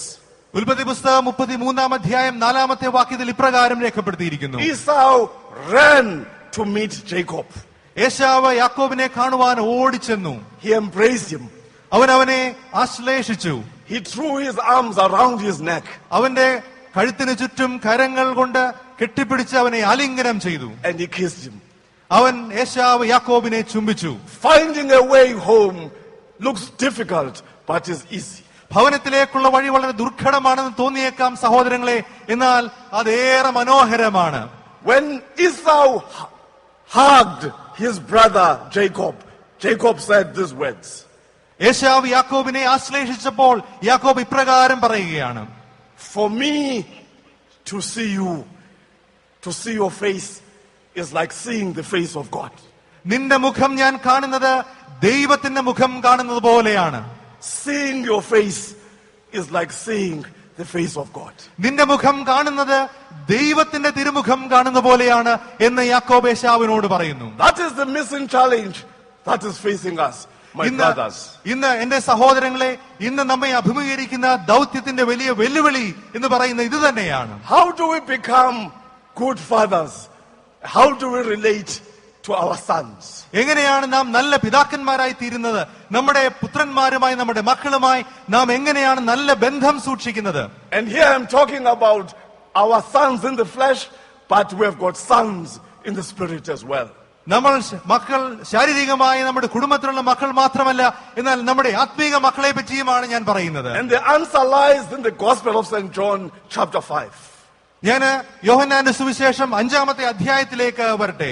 In verse 16 to 23 lies the key on how I can become a good father. യോഹന്നാന്റെ സുവിശേഷം 5 അധ്യായം 16 മുതൽ 23 വരെ വാക്യങ്ങൾ എങ്ങനെയാണോ യഥാർത്ഥ പിതാവായി തീരുന്നത് എന്ന് രേഖപ്പെടുത്തിയിരിക്കുന്നു. It also shows how a son can be to his father. എങ്ങനെയാണ് ഒരു മകൻ ഒരു പിതാവിനോട് എങ്ങനെ ഏത് തരത്തിലുള്ള ബന്ധമാണ് പുലർത്തേണ്ടതെന്നും അവിടെ രേഖപ്പെടുത്തിയിരിക്കുന്നു. Let me mention these few things and then close. ഞാൻ സമാപിപ്പിക്കുന്നതിന് മുമ്പായി ഇവിടെയുള്ള ഈ ഭാഗത്തെ ചില കാര്യങ്ങളും പറയട്ടെ. But the point I want to make is that the foundation of our spirituality is based on our understanding of who the Father was for Jesus. യേശുക്രിസ്തുവിന് പിതാവായ ദൈവം ആരായിരുന്നു, എങ്ങനെയായിരുന്നു എന്നുള്ള തിരിച്ചറിവാണ് നമ്മുടെ രക്ഷയ്ക്ക് നിദാനമായിരിക്കുന്നത് ഊന്നി പറയുവാൻ ഞാൻ താല്പര്യപ്പെടുന്നു. Jesus says, I work because my Father is working. യേശു പറയുകയാണ്, എന്റെ പിതാവ് പ്രവർത്തിക്കുന്നത് കൊണ്ട് ഞാനും പ്രവർത്തിക്കുന്നു. In other words, Jesus is saying, I imitate my Father. I do what I see my Father doing. മറ്റൊരു തരത്തിൽ പറഞ്ഞാൽ കർത്താവ് പറയാണ്, എന്റെ പിതാവ് എന്ത് ചെയ്യുന്നോ അത് തന്നെ ഞാൻ അനുകരിക്കുകയാണ്. എന്റെ പിതാവിന്റെ പ്രവർത്തനത്തെ ഞാൻ എപ്പോഴും അനുകരിച്ചുകൊണ്ടേയിരിക്കുന്നു. When I grew up at home in Africa, we used to wake up very early and go and plow the fields. ഞാൻ ജനിച്ചു വളർന്ന എന്റെ നാട്ടിൽ ഞങ്ങൾ അതിരാവിലെ എഴുന്നേറ്റ് ഞങ്ങളുടെ കൃഷിയിടങ്ങളിലേക്ക് അവിടെ ജോലി ചെയ്യുവാനായി പോകുമായിരുന്നു. As a young boy, you would watch how your father holds the plow while he is plowing the field. എങ്ങനെയാണ് പിതാക്കന്മാർ കലപ്പയൊക്കെ ഭംഗിയായി പിടിച്ച് അതിനെ നിയന്ത്രിച്ച് തങ്ങളുടെ കൃഷിയിടങ്ങൾ ഉഴുതുമറിക്കുന്നത് കൊച്ചുകുഞ്ഞുങ്ങളായി ഞങ്ങളൊക്കെയും വളരെ കൗതുകത്തോടെ ശ്രദ്ധിക്കുമായിരുന്നു. As you grow older, you will hold the plow because your father is working, and so you will be imitating him. നിങ്ങൾ വളരുമ്പോൾ ഇതാ പിതാവ് എങ്ങനെയാണ് ഈ കലപ്പ ഏന്തിക്കൊണ്ട് അവിടെ കൃഷി ചെയ്യുന്ന അതുപോലെ തന്നെ ആ കലപ്പ പിടിച്ച് അധ്വാനിക്കുവാൻ തക്കവണ്ണം മക്കളും തയ്യാറാവും. Some of us as senior priests must always remember that there are young priests who are looking up to us. They want to see how we hold the plow. മുതിർന്ന പട്ടക്കാരായ നാം എല്ലായ്പ്പോഴും ചിന്തിക്കേണ്ട ഒരു കാര്യം, നമ്മുടെ പ്രായം കുറഞ്ഞ പട്ടക്കാർ, യൗവനക്കാരായ പട്ടക്കാർ എങ്ങനെയാണ് സുവിശേഷത്തിന്റെ ഈ കലപ്പയെ നമ്മൾ നിയന്ത്രിക്കുന്നത്, പിടിച്ചുകൊണ്ടിരിക്കുന്നത് എന്ന് എപ്പോഴും അവർ ശ്രദ്ധിക്കുന്നു എന്നുള്ളതാണ്. Sometimes as a senior minister, I get angry in the church, but I think first about those who are coming behind me. ചിലപ്പോഴൊക്കെ മുതിർന്ന പട്ടക്കാർ സഭയിൽ അല്പം ക്ഷോഭിച്ച് സംസാരിച്ചേക്കാം, എന്നാൽ നമ്മുടെ പിന്നിൽ നമ്മെ ശ്രദ്ധിക്കുന്നവർ, നമ്മെ അനുഗമിക്കുന്നവർ നമ്മെ ശ്രദ്ധിക്കുന്നു, അവർ നമ്മെ കാണുന്നു എന്ന് നാം തിരിച്ചറിയേണ്ടതാണ്. The second thing that Jesus says is that the Father hides nothing from me. I know what he's doing. കർത്താവ് പറയുകയാണ്, ഈ പിതാവ് എന്നിൽ നിന്ന് ഒന്നും മറച്ചു വെക്കുന്നില്ല, പിതാവ് ചെയ്യുന്നതെല്ലാം ഞാൻ വ്യക്തമായി അറിയുന്നു. There is a love relationship between the Son and the Father. പിതാവും പുത്രനും തമ്മിൽ ഇതാ ഒരു സ്നേഹത്തിന്റെ, ഊഷ്മള സ്നേഹത്തിന്റെ ബന്ധം. The third thing is that Jesus says, the Father gives me authority to do the things I'm doing.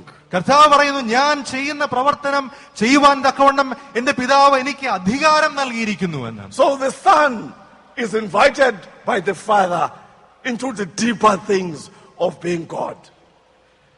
ദൈവത്തിന്റെ അസ്തിത്വത്തിന്റെ ആഴമേറിയ കാര്യങ്ങളെ ഗ്രഹിക്കുവാനും ആരാഞ്ഞറിയുവാനും തക്കവണ്ണം ഈ പുത്രനെ പിതാവ് ക്ഷണിക്കുകയാണ്.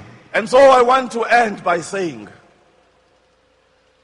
if this meant anything to you, you must do at least two things. നമ്മുടെ ഇന്നത്തെ ധ്യാനത്തിൽ നിങ്ങൾക്ക് എന്തെങ്കിലും നിങ്ങളുടെ ജീവിതത്തെ സ്പർശിച്ചുവെങ്കിൽ രണ്ട് കാര്യമെങ്കിലും നിർബന്ധമായും ചെയ്തിരിക്കണം. Go back home and do what is called ministry of presence. Be there for your sons and daughters. നിങ്ങൾ ഭവനത്തിലേക്ക് മടങ്ങുമ്പോൾ നിങ്ങൾ ആരംഭിക്കേണ്ട ഒരു ശുശ്രൂഷ നിങ്ങളുടെ സാന്നിധ്യത്തിന്റെ ശുശ്രൂഷയാണ്. ആ ഭവനത്തിൽ നിങ്ങളുടെ പ്രിയപ്പെട്ടവർക്ക് നിങ്ങളുടെ സാന്നിധ്യം നൽകുന്ന ശുശ്രൂഷ നിങ്ങൾ ആരംഭിക്കുക. The second thing is serve and become a role model to your sons and to your daughters. നിങ്ങളുടെ മക്കൾക്ക് നല്ല മാതൃകയുള്ളവരായി എല്ലായ്പ്പോഴും ജീവിക്കുവാൻ തക്കവണ്ണം ദൈവകരങ്ങളിലേക്ക് നിങ്ങളെ തന്നെ സമർപ്പിക്കുക. Yesterday, personally, we celebrated 32 years with my wife in marriage. ഞങ്ങളുടെ കുടുംബ ജീവിതത്തിൽ 32 വർഷം ഞങ്ങൾ ഇന്നലെ പൂർത്തീകരിച്ചു. I've tried my best because I want my two boys to see how I'm doing it so that they can do it themselves. ഞങ്ങളുടെ കുടുംബ ജീവിതം ഞങ്ങൾ എങ്ങനെയാണ് നയിക്കുന്നതെന്ന് എന്റെ രണ്ട് മക്കളും കാണുവാൻ ഞങ്ങൾ എപ്പോഴും താല്പര്യപ്പെട്ടിട്ടുണ്ട്. കാരണം അവരുടെ ഭവനങ്ങളും അവരുടെ കുടുംബ ജീവിതങ്ങളും അതേ രീതിയിലായിരിക്കണം എന്ന് ഞങ്ങൾ എപ്പോഴും ആഗ്രഹിച്ചിട്ടുണ്ട്. So for sons in the faith, you must always look at how Paul related to Timothy and Silas and the younger generation. പൗലോസ് എങ്ങനെയാണ് തിമത്തിയോസിനോടും ശീലാസിനോടും ഇടപെട്ടത്, അവർ ഒരുമിച്ച് എങ്ങനെയാണ് പ്രവർത്തിച്ചത്, ചെറുപ്പക്കാർക്ക് ശീലാസിനും തിമത്തിയോസും പൗലോസ് എങ്ങനെ ഒരു മാതൃകയായി തീർന്നു എന്നുള്ളത് നാം വായിക്കുമ്പോൾ നമ്മുടെ ജീവിതവും നമ്മുടെ വിശ്വാസ ജീവിതവും അങ്ങനെ ക്രമീകരിക്കുവാൻ നമുക്ക് സാധിക്കും. Let us go out and spread love and embrace and hug a bleeding world and a troubled home.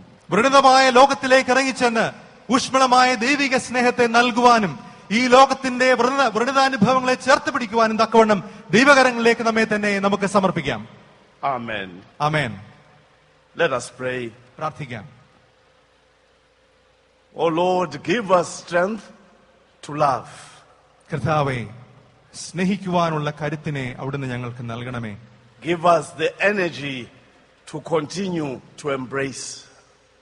നിരന്തരമായി മറ്റുള്ളവരെ സ്നേഹത്തിൽ ചേർത്ത് പിടിക്കുവാനുള്ള വലിയ ഊർജം അവിടുന്ന് ഞങ്ങൾക്ക് നൽകുമാറാകണമേ. Bless us, O Lord, as we move from this place so that we can touch the world in the name of Jesus. കർത്താവേ, അവിടുത്തെ നാമത്തിൽ ഈ ലോകത്തെ ഒന്ന് സ്പർശിക്കുവാൻ, ഈ ലോകത്തിന് സ്നേഹസ്പർശം നൽകുവാൻ അവിടുന്ന് ഞങ്ങളെ ശക്തീകരിക്കുമാറാകണമേ. So Lord, keep us safe until we see each other's face tomorrow. ഞങ്ങൾ അന്യോന്യം മുഖാമുഖം കാണുന്നത് വരെയും അവിടുത്തെ കൃപയിലും അവിടുത്തെ ചിറകടിയിലും അവിടുന്ന് ഞങ്ങളെ കാത്ത് പരിപാലിക്കുമാറാകണമേ. Amen. ആമേൻ.